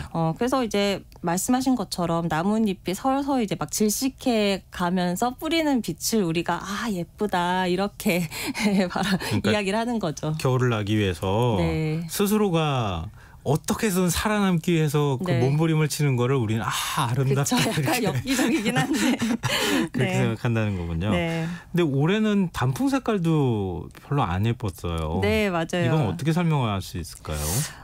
이게 이제 뭐 물드는 게 우리 보기 좋으라고 물드는 건 아니잖아요. 네. 얘가 이제 계절을 맞이하면서 벌어진 일인데 그럼 얘가 계절을 맞이한다라고 할 때 가장 중요한 신호가 기온인데 이 기온이라는 게 이제 제대로 와줘야 되는데 이게 제대로 안 오면 이제 단풍도 이상하게 드는 거죠. 네. 예를 들면 단풍 같은 경우에는 최저 기온이 5도 이하로 떨어지면 이제 나 겨울을 좀 나야겠구나 이런 이제 모드로 들어간다고 해요. 그래서 이제 산지 높은 곳 같은 경우는 9월 말 정도 되면은 이제 서서 이제 그런 준비를 하는 건데 네. 올해 9월 떠올려 보시면 거의 뭐 여름처럼 네. 늦여름 막 이렇게 더웠거든요. 이번 9월 전국 평균 기온이 19도였는데 이게 50년 만에 가장 높은 기록이었다고 합니다. 그리고 10월도 내내 포근했는데 이게 그러면 계속 포근하면 또 괜찮아요. 근데 포근하면 괜찮은데 이게 또 한 번씩 또 되게 춥단 말이에요. 평년보다 맞아요. 뚝 떨어져서 네. 막 그렇게 딱 춥다 보니까 요때 나는 그럼 이제 단풍 모드로 들어가야지 하는 애들은 이제 물 들기 시작하고 네. 또 이제 그렇지 않은 애들은 또 기다렸다가 이제 언제 추워지나 또 대기를 타고 하다 보니까 이게 막 어떤 거는 빨갛게 들기 시작하고 어떤 거는 그냥 녹색이고 막 이렇다 보니까 이제 좀 덜 예쁜 것도 있고요. 또 붉은색 자체도 좀 덜 선명해서 밉게 보이는 경우도 있다고 합니다. 그러니까 날이 서서히 추워지면은 엽록소를 점점 없애면서 자기 스스로가 준비해야 되는데 갑자기 네. 확 추워지니까 네. 갑자기 확 없애버리기도 어렵고 네. 그것도 나뭇잎을 확 떨궈줘야 되잖아요. 네. 자기 스스로가 보호해야 되니까. 네. 그러다 보니까 이쁘지도 않고 빨리 나뭇잎도 떨어지고 그런다는 거잖아요. 네, 그러니까 이제 엽록소가 이제 점점 파괴돼서 이제 다른 색깔이 보여서 이제 우리가 울긋불긋하게 보이는 것도 맞는데 이제 예를 들면 단풍나무를 예를 들면요, 이게 이제 그 나뭇잎에 여러 가지 색소가 있어요. 엽록소만 있는 게 아니라 그래서 단풍잎 같은 경우는 이제 붉은 빛을 내는 색소가 있거든요. 네. 그 안토시아닌이라고 하는 건데 이게 이제 잘 합성이 되는 조건이 있다고 합니다. 우리가 전형적인 가을 날씨라고 알고 있는 이제 맑고 건조하고 이제 온도가 서서히 내려가고 일교차도 적절히 벌어지는 네. 약간 그런 상태여야지 얘가 이제 잘 합성이 돼서 선명한 붉은색을 띠는데 이제 워낙 날씨가 막 기온도 들쑥날쑥하고 하다 보니까 이게 제대로 합성이 되지 않아서 색도 좀 이렇게 좀 채도도 떨어지고 막 붉은색도 좀 덜 나오고 하게 되는 거죠. 그리고 이제 막 이렇게 갑자기 이번에도 갑자기 추워졌잖아요. 네. 그러면은 이게 뭐 이제 바로 이제 겨울인가 보네 해서 네. 이제 뭐 이제 물들이고 이럴 시간도 없이 그렇죠. 그냥 또 빨리 떨어뜨려야 되잖아요. 초록색으로 이제 녹색 이파리를 그냥 떨구는 경우도 생긴다고 합니다. 그래서 이런 변동성이 계속 커지다 보니까 점점 우리가 알고 있던 그런 울긋불긋한 가을 정취를 즐기기도 어려워질 것 같아요. 그래서 지난 20년 사이를 보면 단풍 시작일이 한 4일에서 일주일 정도 늦어졌거든요. 네. 그리고 여기다 가을이 이제 계속 짧아지고 있는 데다가 그래서 이제 단풍이 들기도 어렵지만 이게 또 2주 매달렸다가 떨어진다 이런 제대로 떨어진다라는 보장도 없고 또 하나 이제 더 장기적인 추세를 보면 이산화탄소가 계속 늘고 있잖아요. 대기 네. 중에. 예. 그러면 낙엽수 이런 이제 단풍나무나 이런 낙엽수보다 상록수가 더 생존에 유리할 거다 이런 전망도 있더라고요. 그래요? 네, 이게 사이언스 어드밴시스라고 하는 논문에 실린 건데요. 예. 왜 그러냐면 이제 이산화탄소가 늘면 이제 식물은 이산화탄소를 흡수하기 때문에 이산화탄소가 많아지면 식물 성장이 빨라지는 건 맞거든요. 예. 근데 이제 얻는 게 있으면 항상 잃는 게 있는 법이잖아요. 예. 그래서 얘가 이제 이산화탄소가 많아지면 이산화탄소를 많이 흡수를 하는 대신에 그 기공이 열렸을 때 수분을 또 많이 뺏긴다고 해요. 공기 중으로. 네. 그래서 상대적으로 수분을 덜 빼앗기는 식물이 이제 상대적으로 그 생존에 유리한 건데 그런 능력이 상록수가 더 뛰어나다고 해요. 그래서 이산화탄소 농도가 늘어나면 상록수가 좀 더 유리할 거다 이런 내용이고 이제 우리나라 같은 경우도 상록 화렵수가 과거 20년에 비해서 분포 지역에 점점 넓어지고 있다 이런 연구 결과도 있습니다. 물론 이제 해충이나 뭐 가뭄, 산불 등등의 여러 요인이 있으니까 이걸 뭐 단정적으로 말씀드리기는 어렵지만 어쨌든 그런 추세는 있더라 하는 내용입니다. 근데 말씀 듣다 보니까 올 봄에 꽃이 한꺼번에 확 폈다가 졌잖아요. 네. 그래서 뭐 지자체들이 꽃축제 준비 다 했다가 날짜 다 못 맞춰가지고 아주 망했다 이런 얘기가 나왔는데 네. 아마 앞으로 기후 변화가 계속되면은 단풍도 언제 될지도 모르고 단풍 제대로 뭐 물들지도 않고 그냥 확 다 떨어지거나 나뭇잎이 그쵸. 이런 일이 벌어지겠는데요. 약간 눈치 게임처럼 되지 않을까요? 그러니까요. 지금 이때다 하고서 막 와 갔다가. 이거 예측 불가능할 것 같은데. 네, 맞아요. 근데 또 이제 생각해보면 아이러니한 게 사람들이 이제 막 그 매달려 있는 그 단풍이나 이런 건 너무 예쁘다고 막 굳이 멀리까지 가서 막 보고 오고 이러잖아요. 근데 이제 또 땅에 떨어진 낙엽은 특히 이제 도심 같은 데서는 얘가 또 이제 막 천덕꾸러기처럼 막 이제 네. 빨리 내리면 막 치우기 바쁘고 왜냐면 또 괜히 잘못 가다 사람들 미끄러지고 이렇게 하면 또 다치면 민원 비 오면 또 들어오고. 막힌다 뭐 이런 네, 얘기도 있고. 그러다 보니까 이제 그래서 이제 우리 이제 도시나 이런 데서는 그냥 폐기물로 이제 해서 소각 처리해버리고 마는데 네. 이제 나뭇잎이라는 게 나무에 매달려 있을 때도 중요하지만 떨어질 때도 중요합니다. 뭐 나무에 매달려 있을 때는 당연히 아시다시피 우리가 이산화탄소를 흡수해 주니까 이게 되게 고마운 건데 네. 그 이산화탄소 흡수한다는 건 다들 아실 텐데 이게 그 흡수하는 양이요 거의 전 지구 이산화탄소 농도를 들었다 놨다 할 정도로 굉장히 많은 양이에요. 네. 그래서 이산화탄소 농도 1년치 그래프를 그려보면 이게 계절마다 이렇게 오르락 내리락 하거든요. 그래서 이맘때 그러니까 여름 내내 얘가 한창 흡수를 하고 이제 막 나뭇잎을 떨어뜨리는 요 맘때가 예. 원래 이제 가장 이산화탄소 농도가 낮을 때예요. 아. 네. 그리고 이제 내년 한 5월 정도가 되면 그때 이산화탄소 농도가 꽉 찬 상태가 되고 아무튼 이렇게 굉장히 이제 얘가 흡수하는 능력도 그만큼 뛰어나니까 이렇게 막 전 지구 평균 값을 오르락 내리락 할 정도로 이제 많은 건데 예. 이게 또 이제 떨어진 낙엽도 낙엽대로의 기능이 있습니다. 뭐냐면 제가 처음에 했던 말씀이랑 이제 겹치는 건데 네. 이게 낙엽이라고 하면 우리가 뭔가 끝난 것 같고 막 이런 느낌이잖아요. 그렇지만 이제 낙엽이 지면 그걸로 끝이 아니라 이게 이제 우리는 보통 그냥 썩는다라고 얘기를 하지만 네. 이제 낙엽이 흙에서 미생물 같은 그런 조그만 친구들의 그 도움을 받아서 얘가 막 분해가 되거든요. 그럼 그런 과정 중에서 이제 낙엽을 이루고 있던 탄소가 이산화탄소로 다시 배출이 되기도 하지만 일부는 그대로 토양에 남아서 이제 우리가 기름지다라고 하는 그런 어떤 유기물이 되거든요. 네. 그래서 왜 땅 파보면 흙 시커먼 거 나올 때 그쵸. 있잖아요. 예. 이제 그런 게 썩어서 이제 거의 거름이 된 거죠. 그래서 이제 낙엽이 그렇게 땅을 또 기름지게 해서 또 그 덕에 새로운 식물들이 또 계속 자라는 거고요. 그래서 뭔가 이제 추운 겨울에 모든 생명 활동이 다 멈춘 것 같이 보이지만 이런 이제 낙엽들이 재료로 해서 또 이듬해 새싹을 틔울 준비가 한창 벌어지고 있겠구나 하는 것도 좀 같이 생각을 해주시면 좋겠습니다. 우리는 항상 추워, 더워 이렇게만 얘기하는데 자연은 그걸 너무 자연스럽게 잘 받아들이면서 움직이고 있잖아요. 네. 우리만 딴 세상에 사는 사람들 같은 느낌을 그쵸, 받게 돼요. 네. 인간이 이런 한계가 있는 거 아닌가 하는 생각이 문득 들었어요. 네. 근데 혹시 가을 단풍 구경 안 가세요? 저는 단풍놀이를 한 번도 가본 적이 없어요. 진짜요? 네, 가보셨어요? 바쁘셔서 못 가셨을 것 같은데. 아니요, 가본 적 있죠 당연히. 아, 그래요? 그 젊은 시절에도 갔고 아, 그렇습니까? 한계령 가면 얼마나 좋은데요. 그거 안 가신? 네. 아, 역시 좀 환경 좀 다르시구나 시각이. 아니 감정이 메말라서 그렇습니다. 네, 알겠습니다. 낙엽에 대한 굉장히 흥미로운 얘기 들려주셔서 고맙습니다. 지금까지 지구생활을 엑서 사단법인 넥스터 윤지로 석과 함께했습니다. 고맙습니다. 네, 감사합니다. KBS 라디오 김성환의 시사 1부 순서 여기서 마무리하겠습니다. 전 11시 정각 2부에 다시 찾아오겠습니다.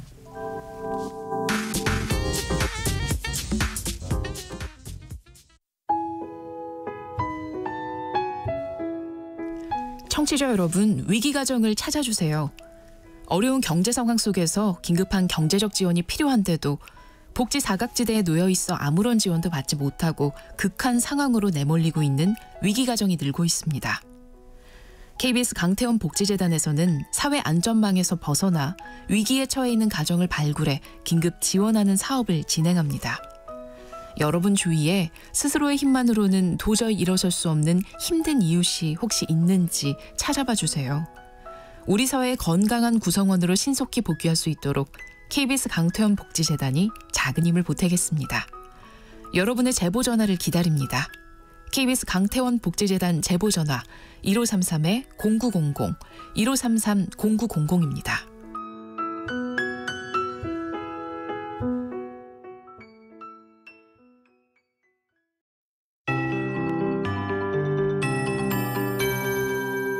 KBS 58분 날씨.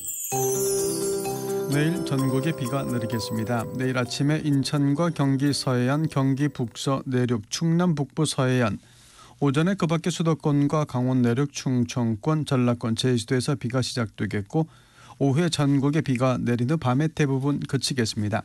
강수량 5에서 30mm고 일부 서쪽 지역은 돌풍과 함께 천둥, 번개가 치는 곳도 있겠습니다. 내일 아침 기온 오늘보다 높겠지만 강원 내륙과 산지, 경북 내륙은 영하로 떨어지면서 서리가 내리거나 얼음이 온 곳이 많겠습니다.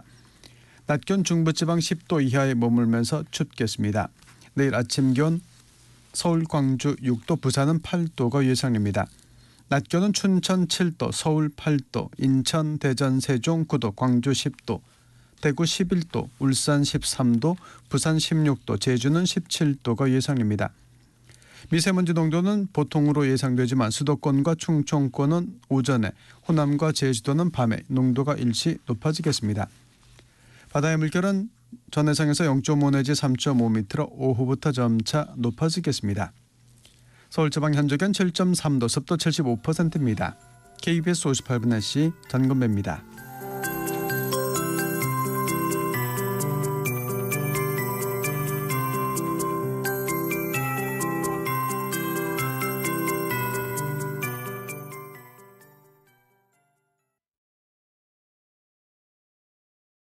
정성을 다하는 국민의 방송 KBS가 11시를 알려드립니다. AM 711kHz, FM 97.3MHz, KBS 1라디오입니다. HLKA.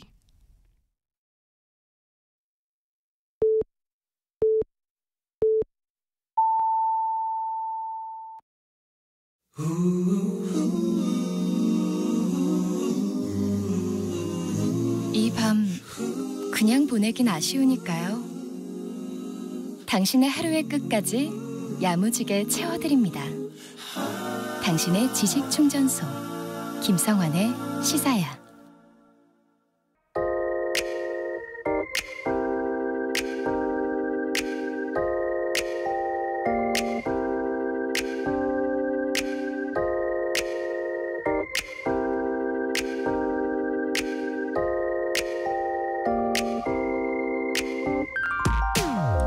기사를 읽는 순간 불현듯 제 무의식 속에 잠재되어 있던 한 장면이 떠올랐습니다. 최인석의 소설 이상한 나라에서 온 스파이. 주인공 심우영이 자란 곳은 고아원이었습니다. 점점 철이 들면서 어린 시절부터 보아온 원장의 추악한 비리를 견디지 못하고 끝내 고아원을 탈출하기로 결심하는데요. 고아원을 떠나는 날 밤 심우영은 원장실에 몰래 들어가 책상 위에 작은 복수를 하는 것으로 원장의 위선에 대해 안갚음을 하는 내용의 스토리가 전개됩니다. 좀 앞뒤 맥락 없이 소설 이야기를 꺼낸 것 같은데요. 경북의 한 보육원에서 일어난 일을 다룬 기사가 저에게는 마치 최인석 소설의 도입부처럼 느껴졌습니다. 이 보육원은 10살 때 입소한 지적장애인이 40대 중반이 넘도록 28년 동안이나 데리고 있었는데요. 원장은 보육원 시설 일부를 개인주택처럼 개조한 뒤 건물 안 쪽방에 이 장애인을 살도록 하고 원장과 가족의 식사, 빨래, 청소 등 가사노동을 시켰다고 합니다. 공익 제보를 받은 경북 노동인권센터가 문제 제기를 해서 현재 이 장애인은 노숙인 거주시설로 거처를 옮긴 상태라고 합니다. 보육원 원장은 몇 차례 성인시설로 입소시키려 했으나 본인이 울면서 다른 곳은 가지 않겠다고 했다는 입장이지만 사회복지 전문가들은 성년이 된 지적장애인을 아동보호시설인 보육원에 머물도록 한 것은 명백한 잘못이라고 지적하고 있습니다.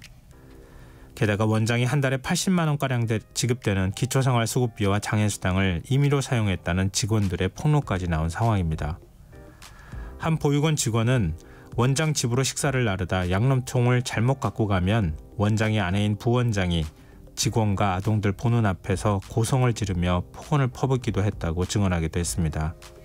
이 역시도 원장은 직접 수준을 거론하며 노동 착취는 불가능하다, 반박하면서 직원들이 자신을 음해하고 있다고 주장하고 있는 상황입니다. 경북도가 조사에 착수했다고 하니 조만간 진상이 밝혀지리라 생각합니다만 출간된 지 20년이나 된 소설 속 이야기가 왜 이리 낯설게 느껴지지 않는 걸까요? 이게 바로 우리 사회복지의 초라한 현실인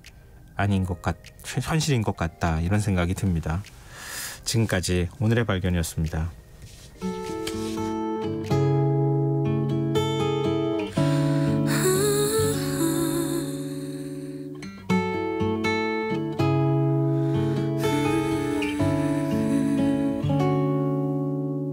고단한 하루 끝에 돌고는 눈물 난 어디를 향해 가는 걸까 아플 만큼 아팠다 생각했는데 아직도 한참 남은 건가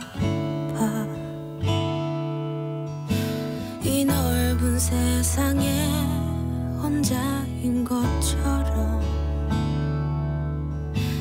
아무도 내 맘을 보려 하지 않고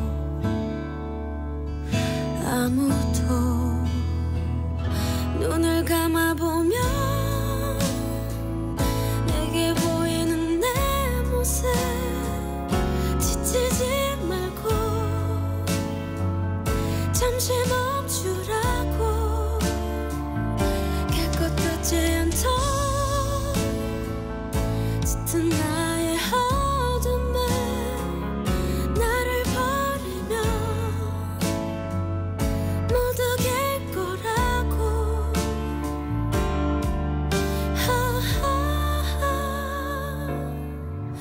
웃는 사람들 틈에 이방인처럼 혼자만 모든 걸 잃은 표정 정신없이 한참을 뛰었던 걸까 이제는 너무 멀어진 꿈들 이 오랜 슬픔이 그치기는 할까 언젠가 한 번쯤 따스한 햇살이 내릴까 나는 내가 되고 별은 영원히 빛나고 잠들지 않는 꿈을 꾸고 있어 바보 같은 나는 내가 될 수 없던 걸 눈을 뜨고야 그걸 알게 됐죠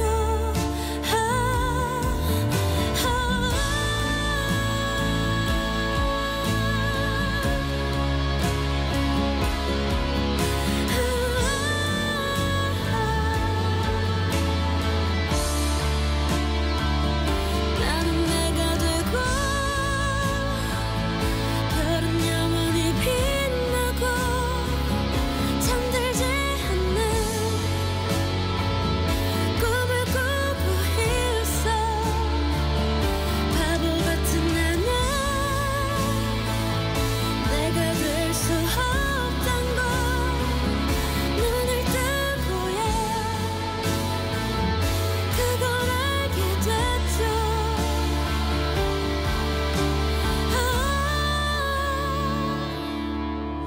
어떤 날 어떤 시간 어떤 곳에서 나의 작은 세상은 웃어줄까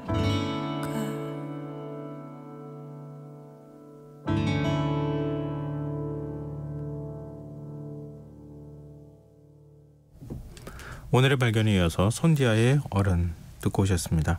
김성환의 시사는 언제나 청취자 여러분의 관심과 참여 기다립니다. 오늘도 청취자분들 의견 계속 들어오고 있습니다. 청취자 이은희님, 정말 어찌 그런 사람이 사회복지시설 시설장 자격을 가질 수 있는 걸까요? 자격 검증이 더 강화됐으면 좋겠네요. 이렇게 의견 주셨고요.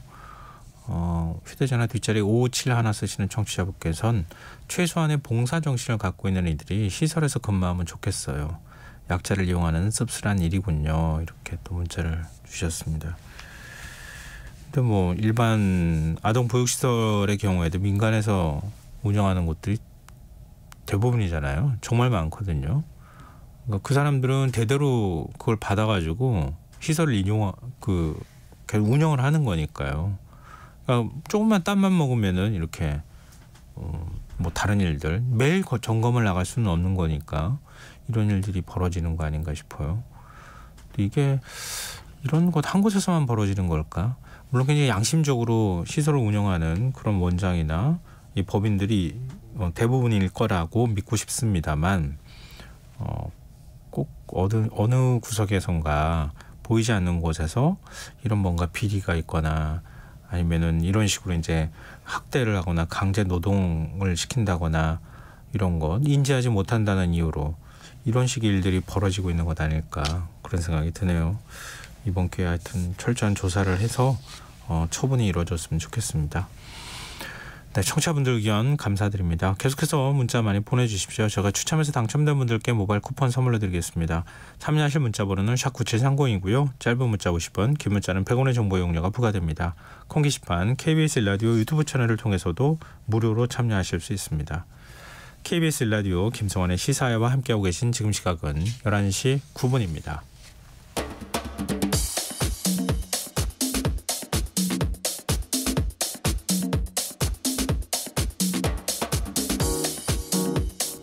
오늘 일어난 세상 곳곳의 소식들 당일 배송으로 전해드립니다. 밤참 뉴스 이영경 뉴스캐스터 나와 계십니다. 안녕하세요. 네, 안녕하세요.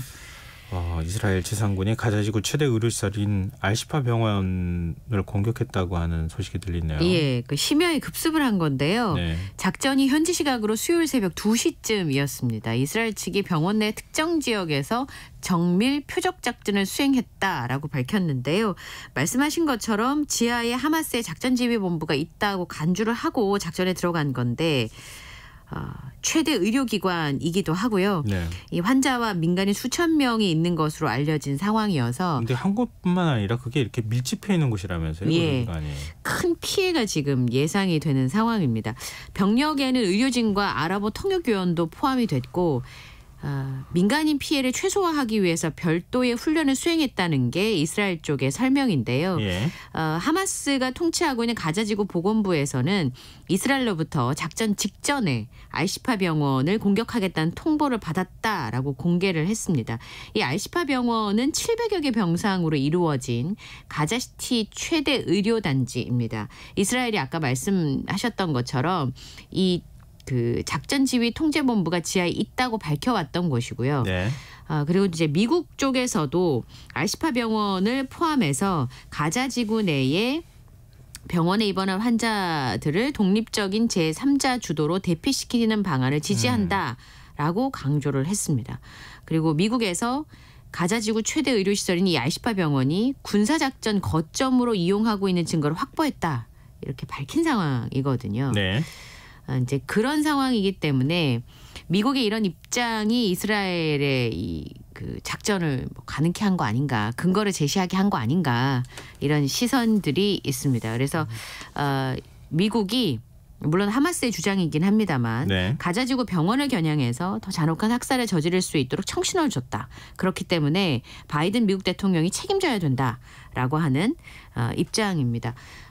지금 보니까 하마스의 의사당, 정부 청사, 경찰본부 주요 건물을 지금 장악을 했고요. 예. 하마스의 핵심 요새 가운데 하나였던 이 알샤티 난민촌도 지금 접수한 상황인데 이스라엘 국방부 장관이 가자지구 북부 특히나 가자시티의 지상구역을 완전히 장악했다고 선언을 했고요. 근데 말씀하신 것처럼 병원이 집중 타격이 되고 있기 때문에 지금 가자지구 북부에서는 운영이 가능한 병원은 한 곳밖에 남지 않았다. 유엔 인도주의 업무조정국에서 밝힌 내용입니다.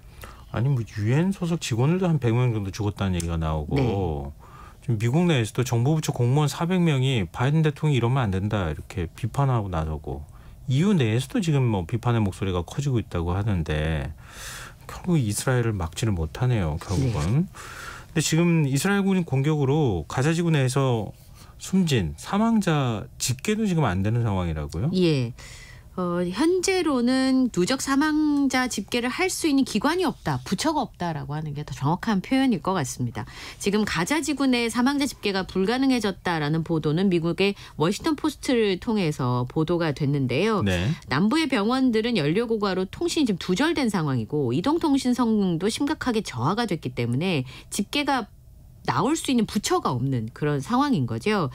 가자 지구의 보건부 국장 중에 한 명인 메트하트 아바스가 동료들 상당수가 알시파 병원에 있는데 한동안 그들과 대화를 듣지 못했다라고 말을 했습니다. 시체가 길거리에 있기 때문에 우리는 당장 그 숫자를 말할 수 없고 폭격은 계속되고 있다라고 상황을 전했는데요. 가자지구 보건부가 지난 10일에 가자지구 내에서 누적 사망자가 11,078명에 이른다라는 발표가 있었는데 그리고 이제 중단이 된 상황인 겁니다. 그런데 이후에 아마 수천 명이 더 사망한 것으로 추정을 하고 있고요.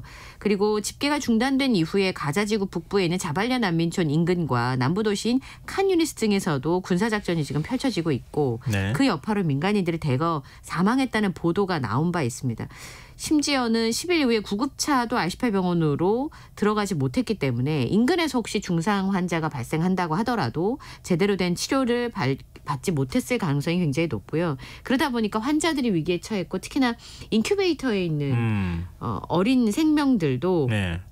기본적으로 전기 공급이 안 되고 의료품이 공급이 안 되니까 사망하는 경우가 많이 있습니다. 그러다 보니까 지금 굉장히 많은 민간인들이 사망했을 거란 추정은 가능합니다만 글쎄 어느 정도일지는 가늠이 좀 안 되는 상황이에요. 예.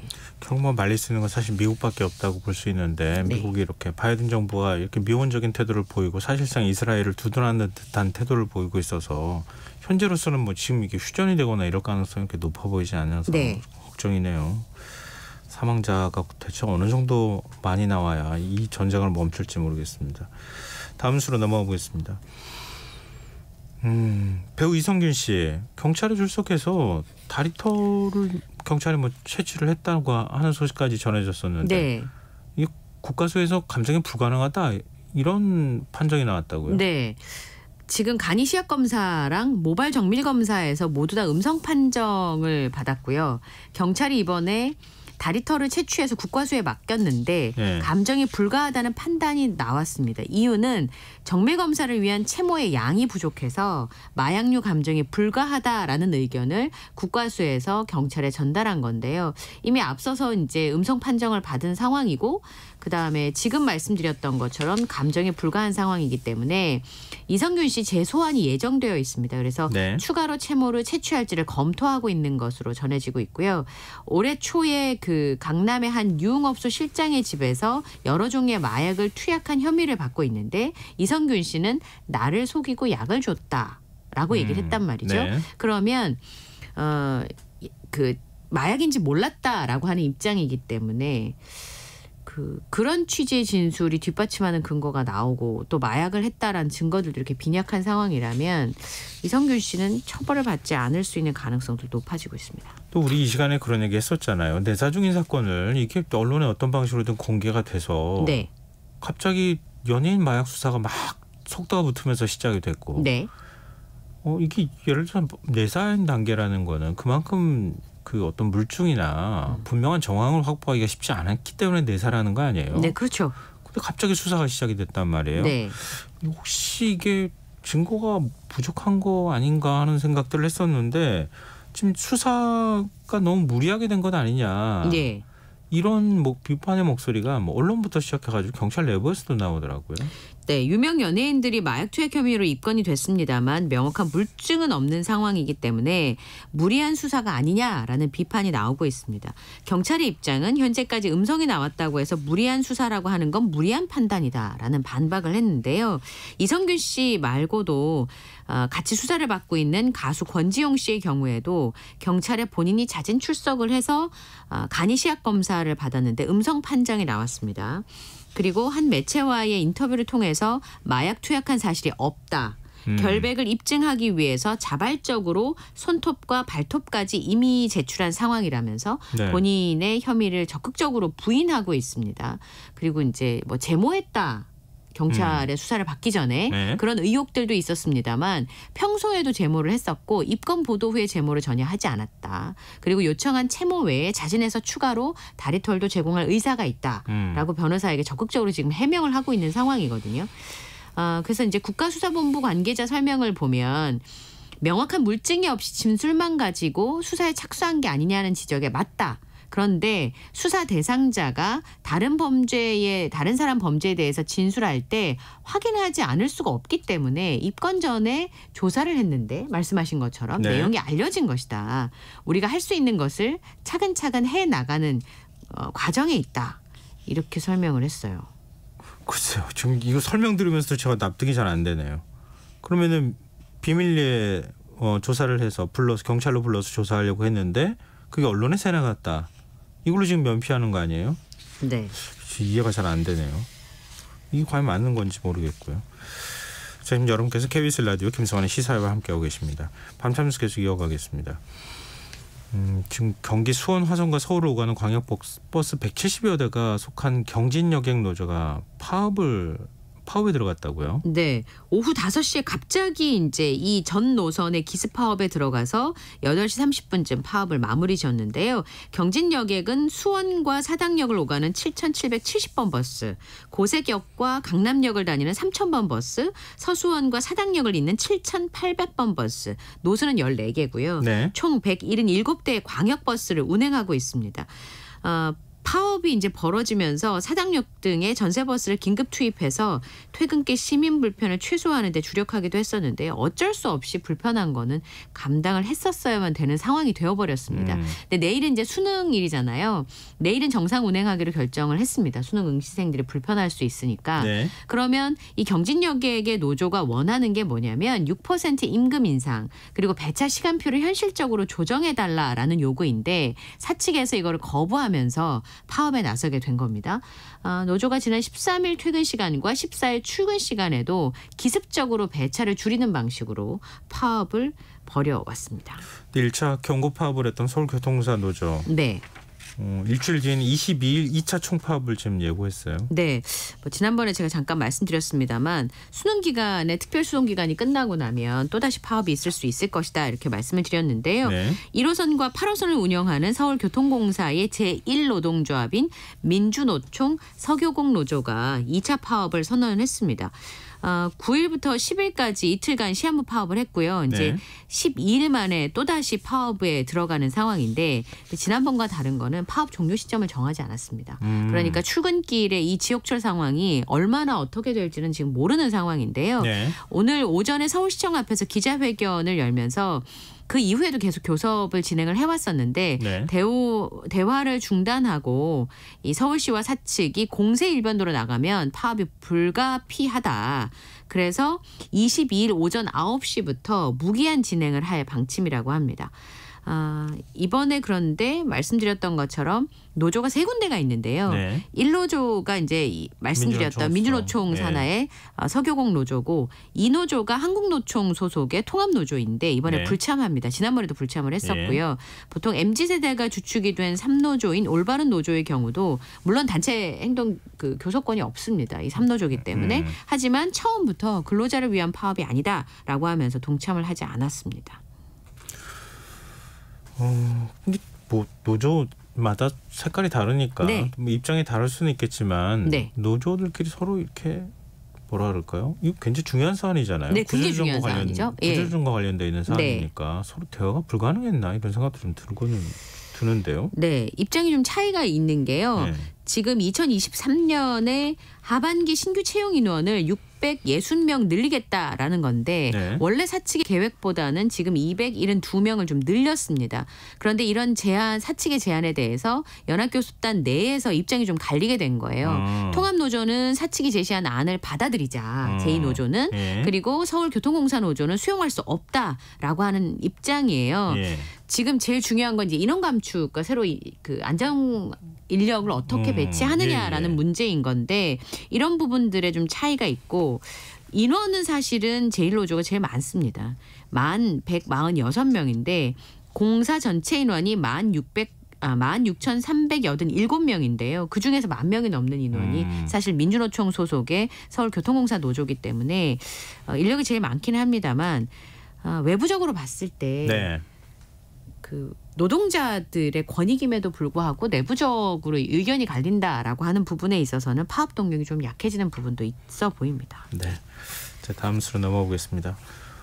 인천의 모 중학교에서 빈대가 나와서 한 달 동안 방제 작업이 이루어졌다고 하는데 빈대가 또다시 나타났어요? 문제는 이번에 빈대는 살아있다는 겁니다. 그러니까 처음 발견됐을 때 사체였어요. 빈대.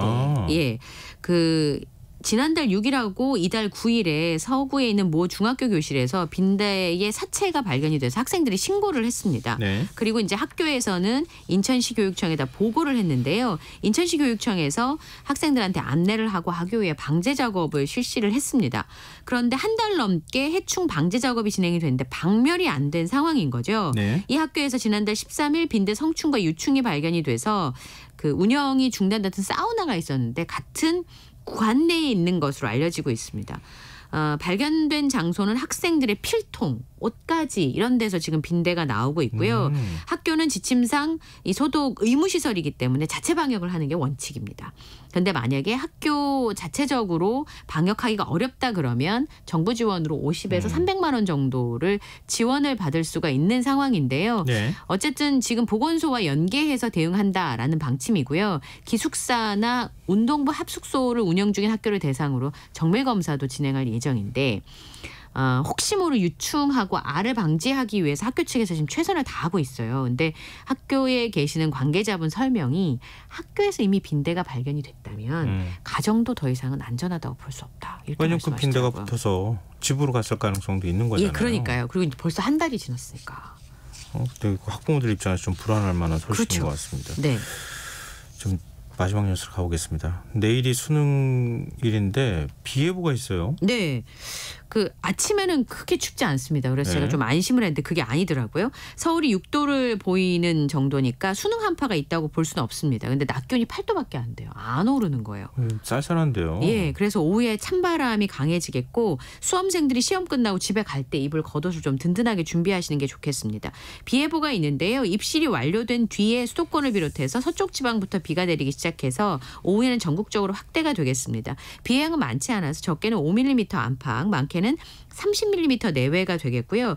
그런데 이제 문제는 서쪽을 중심으로 해서 천둥, 번개, 돌풍이 요란하게 쏟아질 수가 있고 비가 그친 다음에는 반짝 추위가 이어질 것으로 예상이 돼서 모레는 영하권으로 떨어지겠습니다. 아니 그 지역에 따라서 듣기 평가할 때 뭐 천둥 치고 막 비 소리 요란하게 나면 어떡해요?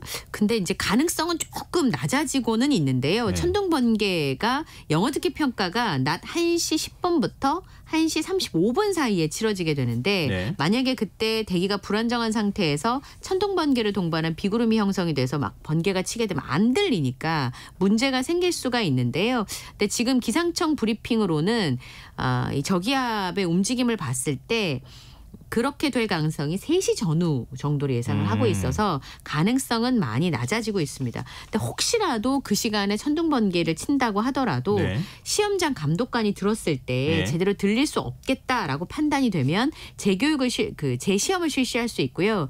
기계 오류 등으로 인해서 듣기 평가 진행이 불가능할 때와 같이 진행을 합니다. 그리고 재시험은 쉬는 시간을 이용해서 CD나 카세트 테이프를 이용해서 시험이 실시가 되고요. 네. 또 그만큼 시험 시간도 조정이 되는 상황이기 때문에 예. 이런 부분에 있어서는 지금 대비가 되어 있습니다만 그래도 학생들한테는 굉장히 불리한 상황이죠. 그렇죠. 예. 불편할 수도 있고 그다음에 시험 시간이 늘어나게 되는 것도 부담스러운 일이고. 그리고 기본적으로 긴장도가 너무 높은 상황에서 예. 작은 것 하나도 영향을 많이 줄 수가 있어요. 사실 나 시험 컨디션에. 망쳤어. 이렇게 하면 그거 얼마나 속상해요. 예, 저 뭐 그 당사자였기 때문에 그래 봐가지고요. 예. 아 참. 하여튼 별일 없었으면 좋겠습니다. 온 나라가 뭐 외신에서 또 이번에 보도했더라고요. 대한민국은 수능일에 예. 아무것도 할 수 없는 그렇죠. 모든 게 맞아요. 멈춰야 된다는 얘기를 하더라고요. 예. 그만큼 대입시험이 이렇게 중요한 이게 맞는 건가 하는 생각은 늘 하게 되면서 그러면서도 어쩔 수 없다는 생각을 하네요. 네. 저는 밤참시 여기까지 하겠습니다. 지금까지 이영경 뉴스캐스터와 함께했습니다. 고맙습니다. 감사합니다.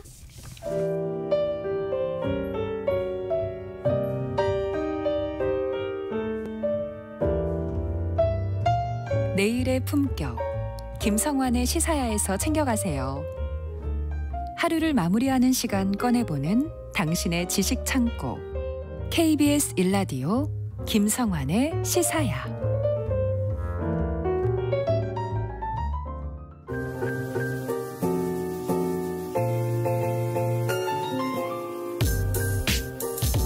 흥미로운 미술 세계로 안내해드리는 시간이죠. 미술랭 가이드. 홍지 아트 디렉터 함께하겠습니다. 안녕하세요. 네, 안녕하세요. 오늘은 한국 작가에 대한 얘기를 해주신다고요? 네, 맞아요. 지난 시간에 우리가 박서보 화백의 삶과 예술에 대한 이야기를 나눴었는데요. 네네. 과거에 소개해드렸던 서양의 고전 작가 이야기도 재밌지만 또 동시대의 한국 작가들의 이야기는 또 공감 가는 부분이 많아서 좋았다는 이야기를 좀 들었어요. 맞아요. 그래서 우리와 같은 시대를 살아가는 한국 작가 이야기를 좀 소개해드려야겠다 싶었는데요. 예. 현재 살아계신 작가 중에 세계적으로 가장 잘 알려진 작가를 한 명만 꼽으라고 한다면 누가 있을까요? 누가 있을까요? 글쎄요. 사실 살아계신 작가들 성함 알기가 쉽지가 않은데 게다가 세계적인 한국 작가가 있나? 미술 팬들이 아니라면 그러니까요. 이름을 꼽기가 쉽지는 않을 것 같은데. 단연 이유환 작가를 아마 꼽을 수가 있을 겁니다. 네네네. 또 지난 10월 27일부터요. 베를린의 함부르거 바노프 국립미술관에서 회고전을 열고 있어서 더욱 화제가 되고 있는데요. 네. 지난해에도 사실은 도쿄 신미술관에서 회고전을 열기는 했었어요. 예. 근데 이번 독일에서의 회고전은 이유환 작가의 오랜 염원이었고 그만큼 더 의미가 있다고 볼 수가 있습니다. 그럼 독일하고 특별한 인연이 있다는 얘기인가요? 네, 맞아요. 이유환 작가의 작업은 독일 철학의 영향을 많이 받았거든요. 이러한 철학적 배경을 고려를 했을 때 독일에서 회고전을 한다는 얘기는 그의 예술적 사상과 작품이 그 영향을 받았던 문화권 내에서 인정받는 것을 의미를 하잖아요. 그러네요. 그렇기 때문에 이제 굉장히 의미가 있을 거고 예. 또 갤러리에서의 개인전이 아닌 명망 있는 국립미술관 에서의 또 그 50여 년의 예술 세계를 총망라하는 대규모 회고전을 연다는 점에서 그의 예술적 여정에 있어서는 굉장히 중요한 순간이 맞는 것 같아요. 그래서 아마 이런 여정들이 또 세계 미술사에서 차지하는 위치를 더욱 강화할 것 같다는 이제 기대도 들거든요. 네. 독일과의 인연에 대해서 좀 더 설명을 드리자면요. 50년 전인 1973년에 독일의 디셀도르프 쿤스트할레에서 처음 전시를 했고요. 네. 그 이후에 76년에 독일의 보훔에 있는 갤러리 M에서 개인전 이후 또 77년에 카셀 도큐멘타라는 곳에 작품을 출품을 했었어요. 예. 근데 그 78년 디셀도르프 쿤스트할레에서의 개인전을 통해서 그 당시에 유럽의 주류 미술계에 소개가 되면서 그의 존재를 좀 세계적으로 혹은 유럽 세계에 알린 그 교두보가 되어 주었었는데요. 이후에도요 서너 차례 개인전을 열었어요. 예. 그러다가 이번 독일의 회고전은요 그 마지막 개인전이 2001년에 본 미술관 개인전이었거든요. 그러니까 꽤 오랜만에 그러네요. 약 20여 년 만에 하는 그 독일 전시라서 그것만으로도 또 큰 의미가 있을 것 같아요. 그러니까 개인전 유럽이에요? 아니면 전체 다 통틀어서 개인전을 처음 독일에서 연 거예요? 독일 내에서요. 독일 내에서. 네네. 그러니까 그 독일이 각별하게 다가올 수밖에 없는데. 맞아요. 또 22년 만에. 네. 22년 만이죠. 그쵸, 22년 만에 다시 이후니까. 독일에서 그것도 국립미술관에서 네. 전시를 개인전을 연다고 하니까 굉장히 맞습니다. 의미가 있을 수밖에 없다는 건데 네. 앞서 이제 철학 얘기하셨잖아요. 네, 독일 철학 이야기를 이완 하백이 드렸죠. 원래 철학을 공부한 분 아니에요? 잘 알고 계시네요. 잘 알지는 못하고요. 네, 그래도 그 데리고 사실 자체를 알고 계신 분들이 많지가 않아요. 그래서 박서보 작가가 제가 지난 시간에 설명드릴 때 약간 불같은 투사였다라고 맞아요. 설명을 드린다면 뭐든지 삐딱하고 네. 저항하고 그리고 약간은 불도저 반항하고. 같고 약간 열정이 활활 예. 타오르는 그런 분이었는데 예. 이유환 작가는 다소 차갑고 냉철한 철학가 같은 사람이었던 것 같아요. 네. 그래서 이유환 작가의 작품을 이해하려면 철학 이야기를 안 할 수가 없는데요. 말씀하신 것처럼 이유환 작가가 철학을 전공을 했습니다. 그러니까 전공자죠. 그러니까 원래는요. 서울대학교 미술대학 동양학과에 진학을 했었어요. 네. 그런데 그것 또한 당초에 미술을 전공하려고 했던 건 아니었고 원래는 문학을 전공하고 싶었는데 서울대 물리학과에 지원할 성적이 안 되는 거예요. 그래서 누군가가 미대 가서도 문학을 하는 친구가 꽤 있더라 이런 소문을 듣고 미대에 진학을 했던 건데요. 상상이 잘 안 돼요. 워낙 오래된 옛날 일이기 때문에 네. 가능한 일 아닐까 싶은데요. 그러니까요. 그래서 근데 미술대학을 다니는 것이 뭐 어떤 연유였는지 썩 마음에 들지는 않았었나 봐요. 반년만 다닌 채로 졸업을 안 하고요. 네. 일본으로 건너가서 니혼대학 철학과에 편입을 합니다. 이것도 쉽지 않은 일인데. 네. 네. 그러다가 이유한이요. 이제 독일 철학 중에서도 하이데거에게 심취하게 되는데요. 네. 하이데거 사상은요. 한마디로 하자면 존재와 관계에 대한 고찰인데요. 네.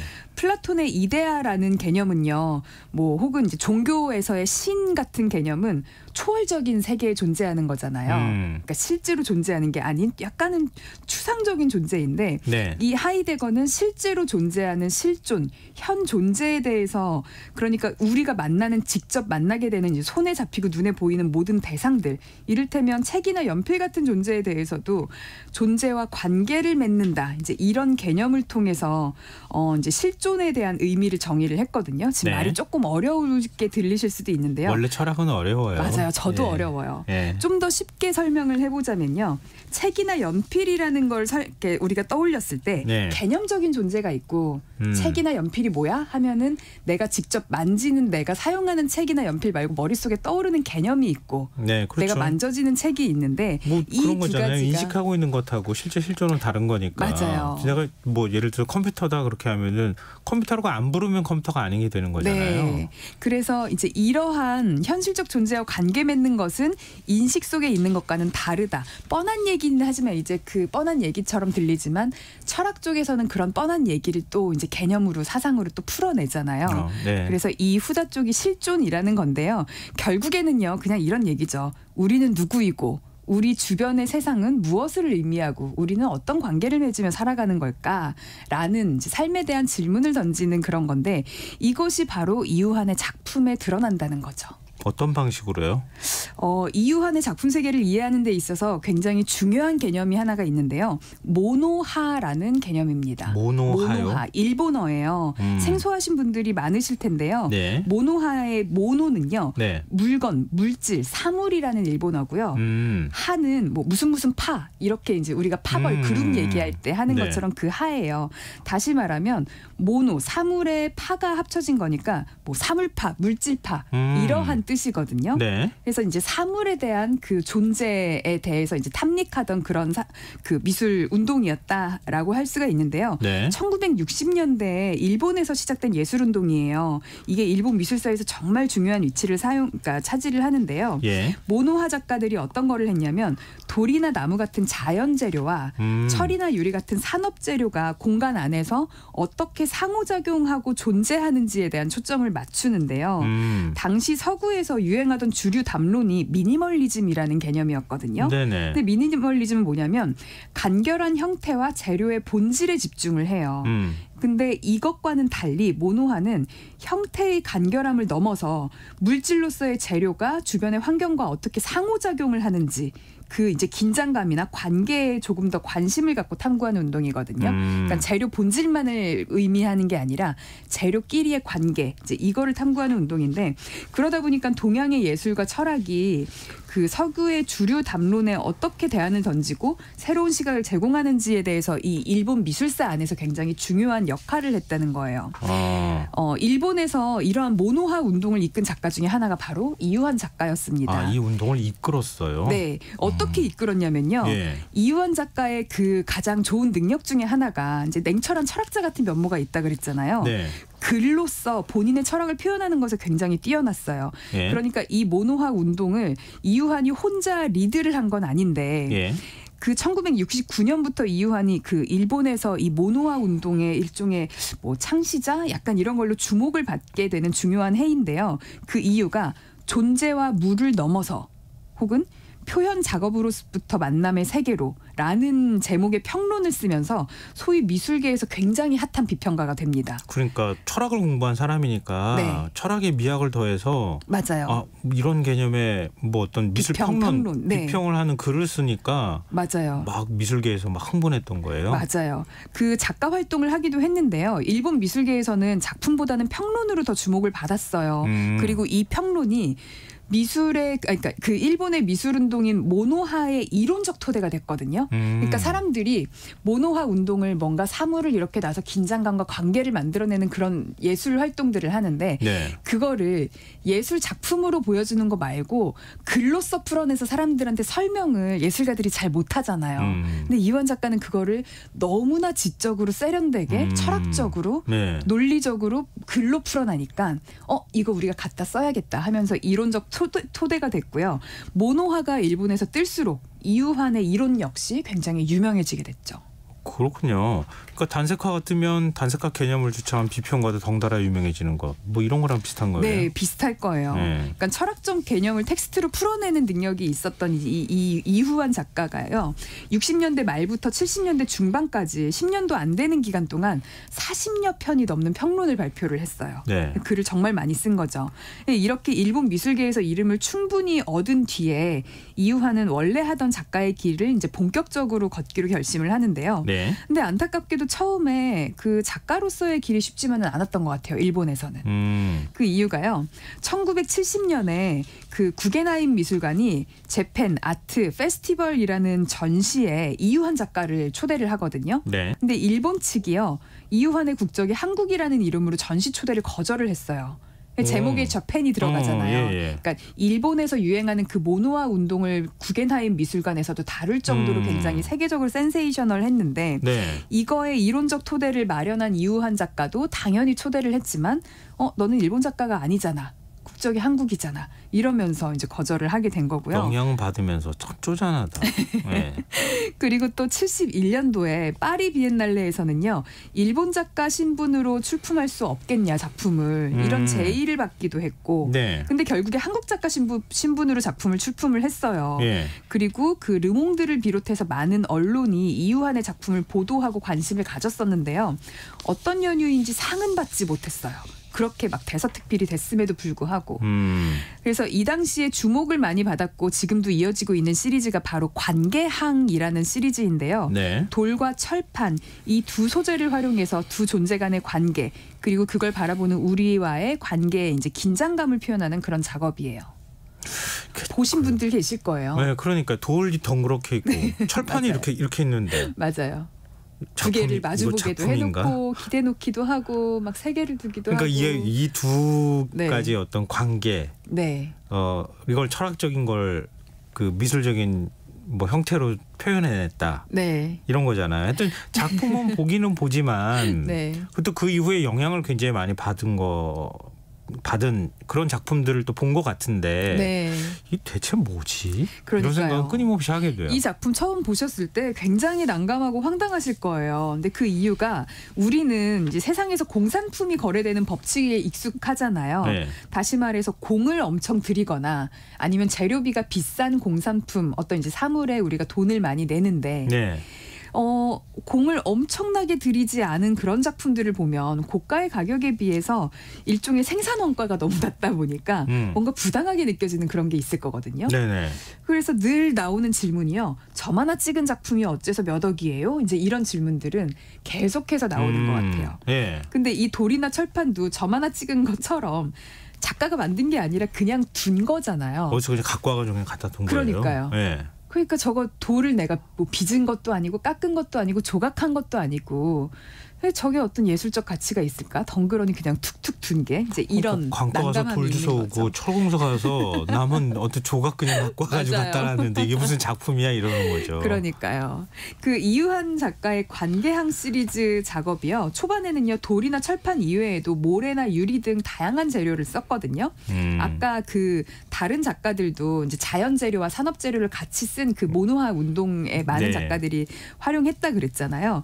근데 이유한 작가가 점차 이거를 돌과 철판 두 가지로 좁혔어요. 그 이유가요. 재료의 본질에 대해서 작가가 굉장히 많이 생각하고 의미를 찾고 또 의미를 부여하고 해서 가장 적절한 재료를 남긴 건데요.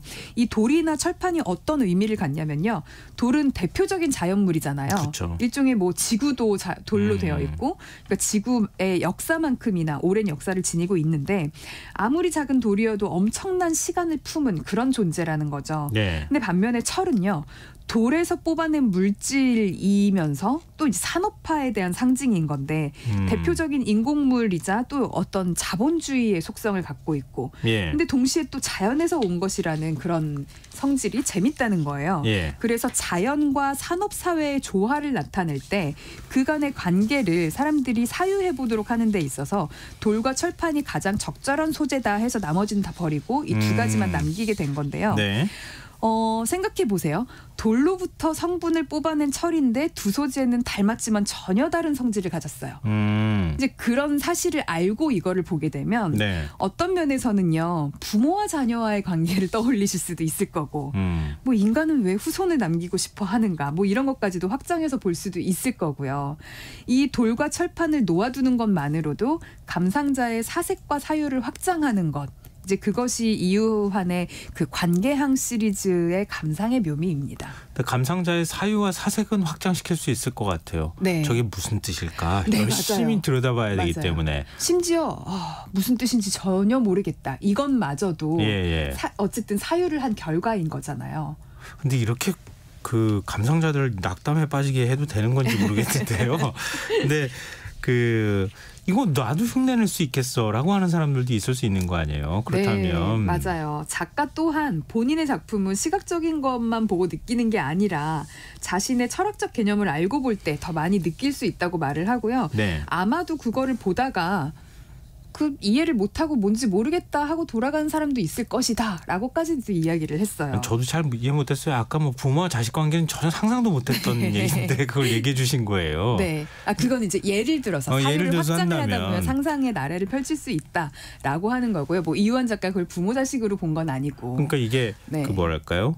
미술도 개념 미술이라고 개념이 중요하다가 얘기를 하셨잖아요. 네. 설명 듣기 전까지는 잘 이해 못하는 그런 것 같아요. 개념 미술이라는 게 원래 네. 그렇습니다. 철학적 사유를 시각적인 결과물로 만들어낸 것이기 때문에. 네. 근데요. 이거를요. 뭐 누구나 따라할 수 있겠네라는 생각이 들 수도 있지만 또 그렇지 않다고 생각을 하는 것이요. 예. 여기서 빛을 발하는 것이 바로 작가의 역량이라고 이유환 작가가 얘기를 해요. 그러니까 크기와 모양 등 돌과 철을 고르는 것뿐만이 아니라 그것을 다양하게 배치하는 과정에서 공간의 공기와 느낌이 달라지므로 이제 소재가 품고 있는 상징과 기능을 살릴 수 있는지가 바로 작가의 역량이다라고 이야기를 하는데요. 네. 뭐 그냥 두면 되는 거 아니야? 라고 생각하실 수도 있는데 예. 제가 그 미대를 들어갈 때 실기시험이요. 네. 귤 3개를 쥐어주고 원하는 대로 표현해라 였거든요.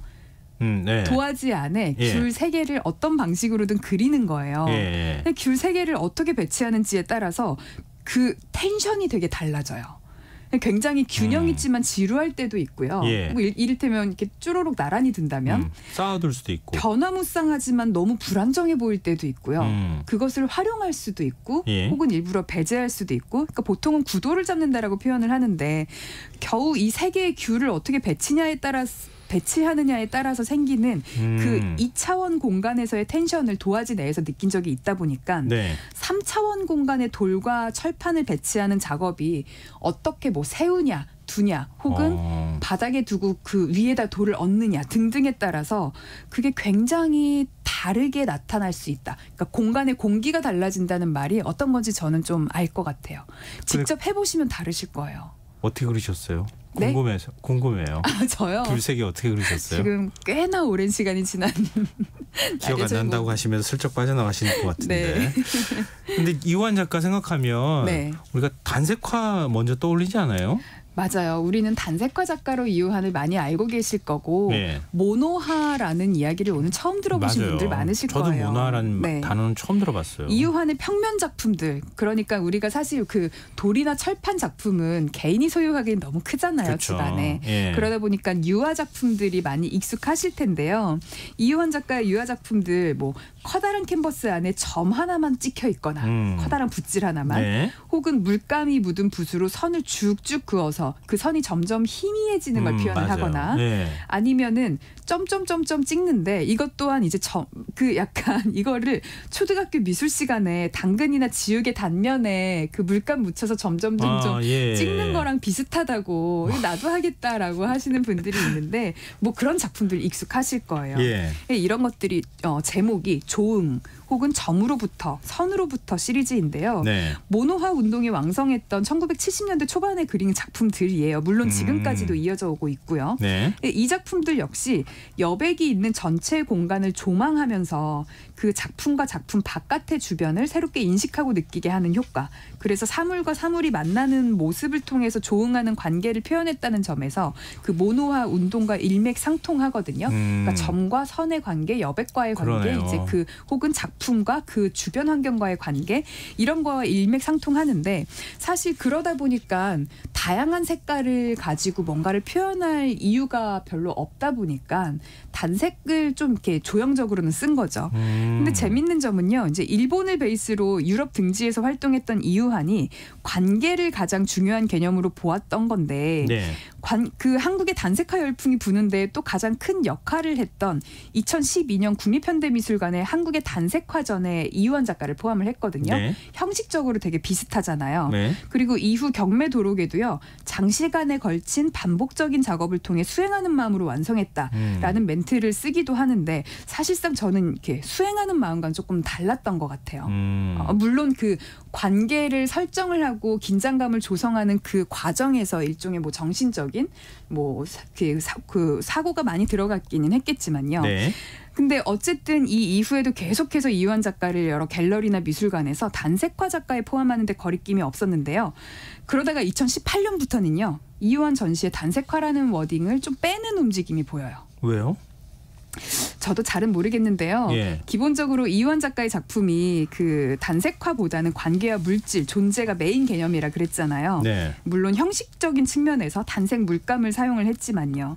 그래서 우리나라 단색화 작가들과 작품의 유사도가 있고 또 일본에서는 슈퍼스타가 된 이유한의 평론을요. 한국 작가들이 번역해서 읽고 영향을 많이 받기는 했어요. 단색화 작가들이. 네. 그래서 아주 무관하지는 않거든요. 예. 그래서 아마도 한국 미술계의 그 단색화 열풍에 영향을 준 것으로 스스로도 이제 좀 한국 미술에 대한 애정도 있으니까 인정을 했던 것 같아요. 네. 그래 그럼 나도 단색화 작가 혹은 내가 영향을 줬으니까 같이 포함을 해서.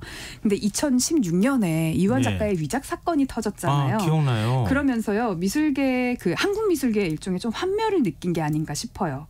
왜냐하면 그 이유한의 위작 사건 역시 예. 단색화 열풍의 혹은 열풍을 넘어선 거의 과열의 분위기 속에서 일어난 일이거든요, 사실은. 왜냐하면 단색화 하면서 너무 그렇게 치솟는데 네. 이유한 작가가 상대적으로 뭔가 이렇게 위작을 표현하기 쉽다고 생각을 했나 보죠. 모작 작가가. 네. 그러다 보니까 작가가 그렇게 말한 적은 없고 제 유추이긴 한데요. 이제 그런 감정적인 이유로 더 이상 단색화 열풍에 포함되기보다는 애초에 시작을 했던 그 모노화 운동의 정신 쪽으로 끌고 가자고 한 게 아닐까 이런 생각이 저는 좀 들었어요. 근데 그거 제가 얼핏 기억나는데요. 네. 이건 내가 그린 거 맞아. 네. 얘기를 했는데 위작입니다. 이렇게 수사 결과 나오고 이래 가지고 막 논란이 있었던 게 기억이 나요. 맞아요. 저도 진실은 사실 알 수는 없는데요. 근데 그린 작가가 이거 내가 그렸다고 얘기를 하는데 아닙니다. 이거 위작입니다. 이렇게 얘기하는 게 지금 이게 당시 그래서 논란이 많았어요. 맞아요. 네, 맞아요. 근데 하여튼 이런 논란 때문에 결국은 한국에서 등을 돌린 거예요. 맞아요. 알고 보면 한국뿐 아니라 일본까지 뒤흔들었던 냉철한 그 철학가이자 예술가인 이유한을 우리가 그만한 대우를 못 해준 게 아닐까 싶거든요. 2016년 위장 논란 당시 한 인터뷰에서 이런 말을 한 적이 있어요. 국가 권력과 언론이 합세해서 한 작가를 잡아먹으려고 한다. 언론과는 다시는 이야기하고 싶지 않다. 돈 받고 감싼 것이라는 시나리오가 있다던데 말도 안 된다.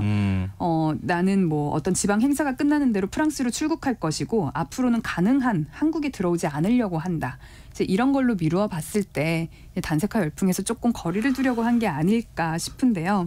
유원 작가님 연세가 어떻게 돼요? 36년생, 올해 87살이에요. 근데 때로는 일본 화가로도 불리고 프랑스 화가로도 불리지만 끝까지 한국 국적을 남겨둔, 그리고 일본 작가로서 작품을 출품하지 않은 정말 세계적인 한국 작가라는 생각이 드는데요. 건강하고 활발하게 작품 활동 계속 하시고 한국 미술계에서 받은 상처가 있다면 좀 얼른 아물기를 좀 희망해 보겠습니다. 아니, 한국 작가 중에 미술 사조 만든 작가가 있나요? 거의 제 기억으로는 없는 것 같은데. 이 정도로 글로벌리 활동한 작가는 거의 이효한 작가 유일한 것 같아요. 다시 돌아오셨으면 좋겠네요. 그러니까요. 자, 미슐랭 가이드 오픈 갤러리 홍재 디렉터와 함께했습니다. 고맙습니다. 네, 감사합니다. 김성환의 시사야 오늘 순서 여기서 마칩니다. 모바일 쿠폰 당첨자는 홈페이지 공지사항에서 확인하실 수 있습니다. 지금까지 시사평론가 김성환이었습니다. 고맙습니다.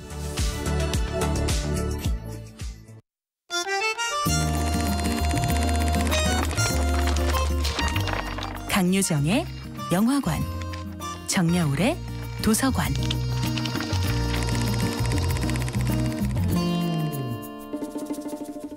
안녕하세요.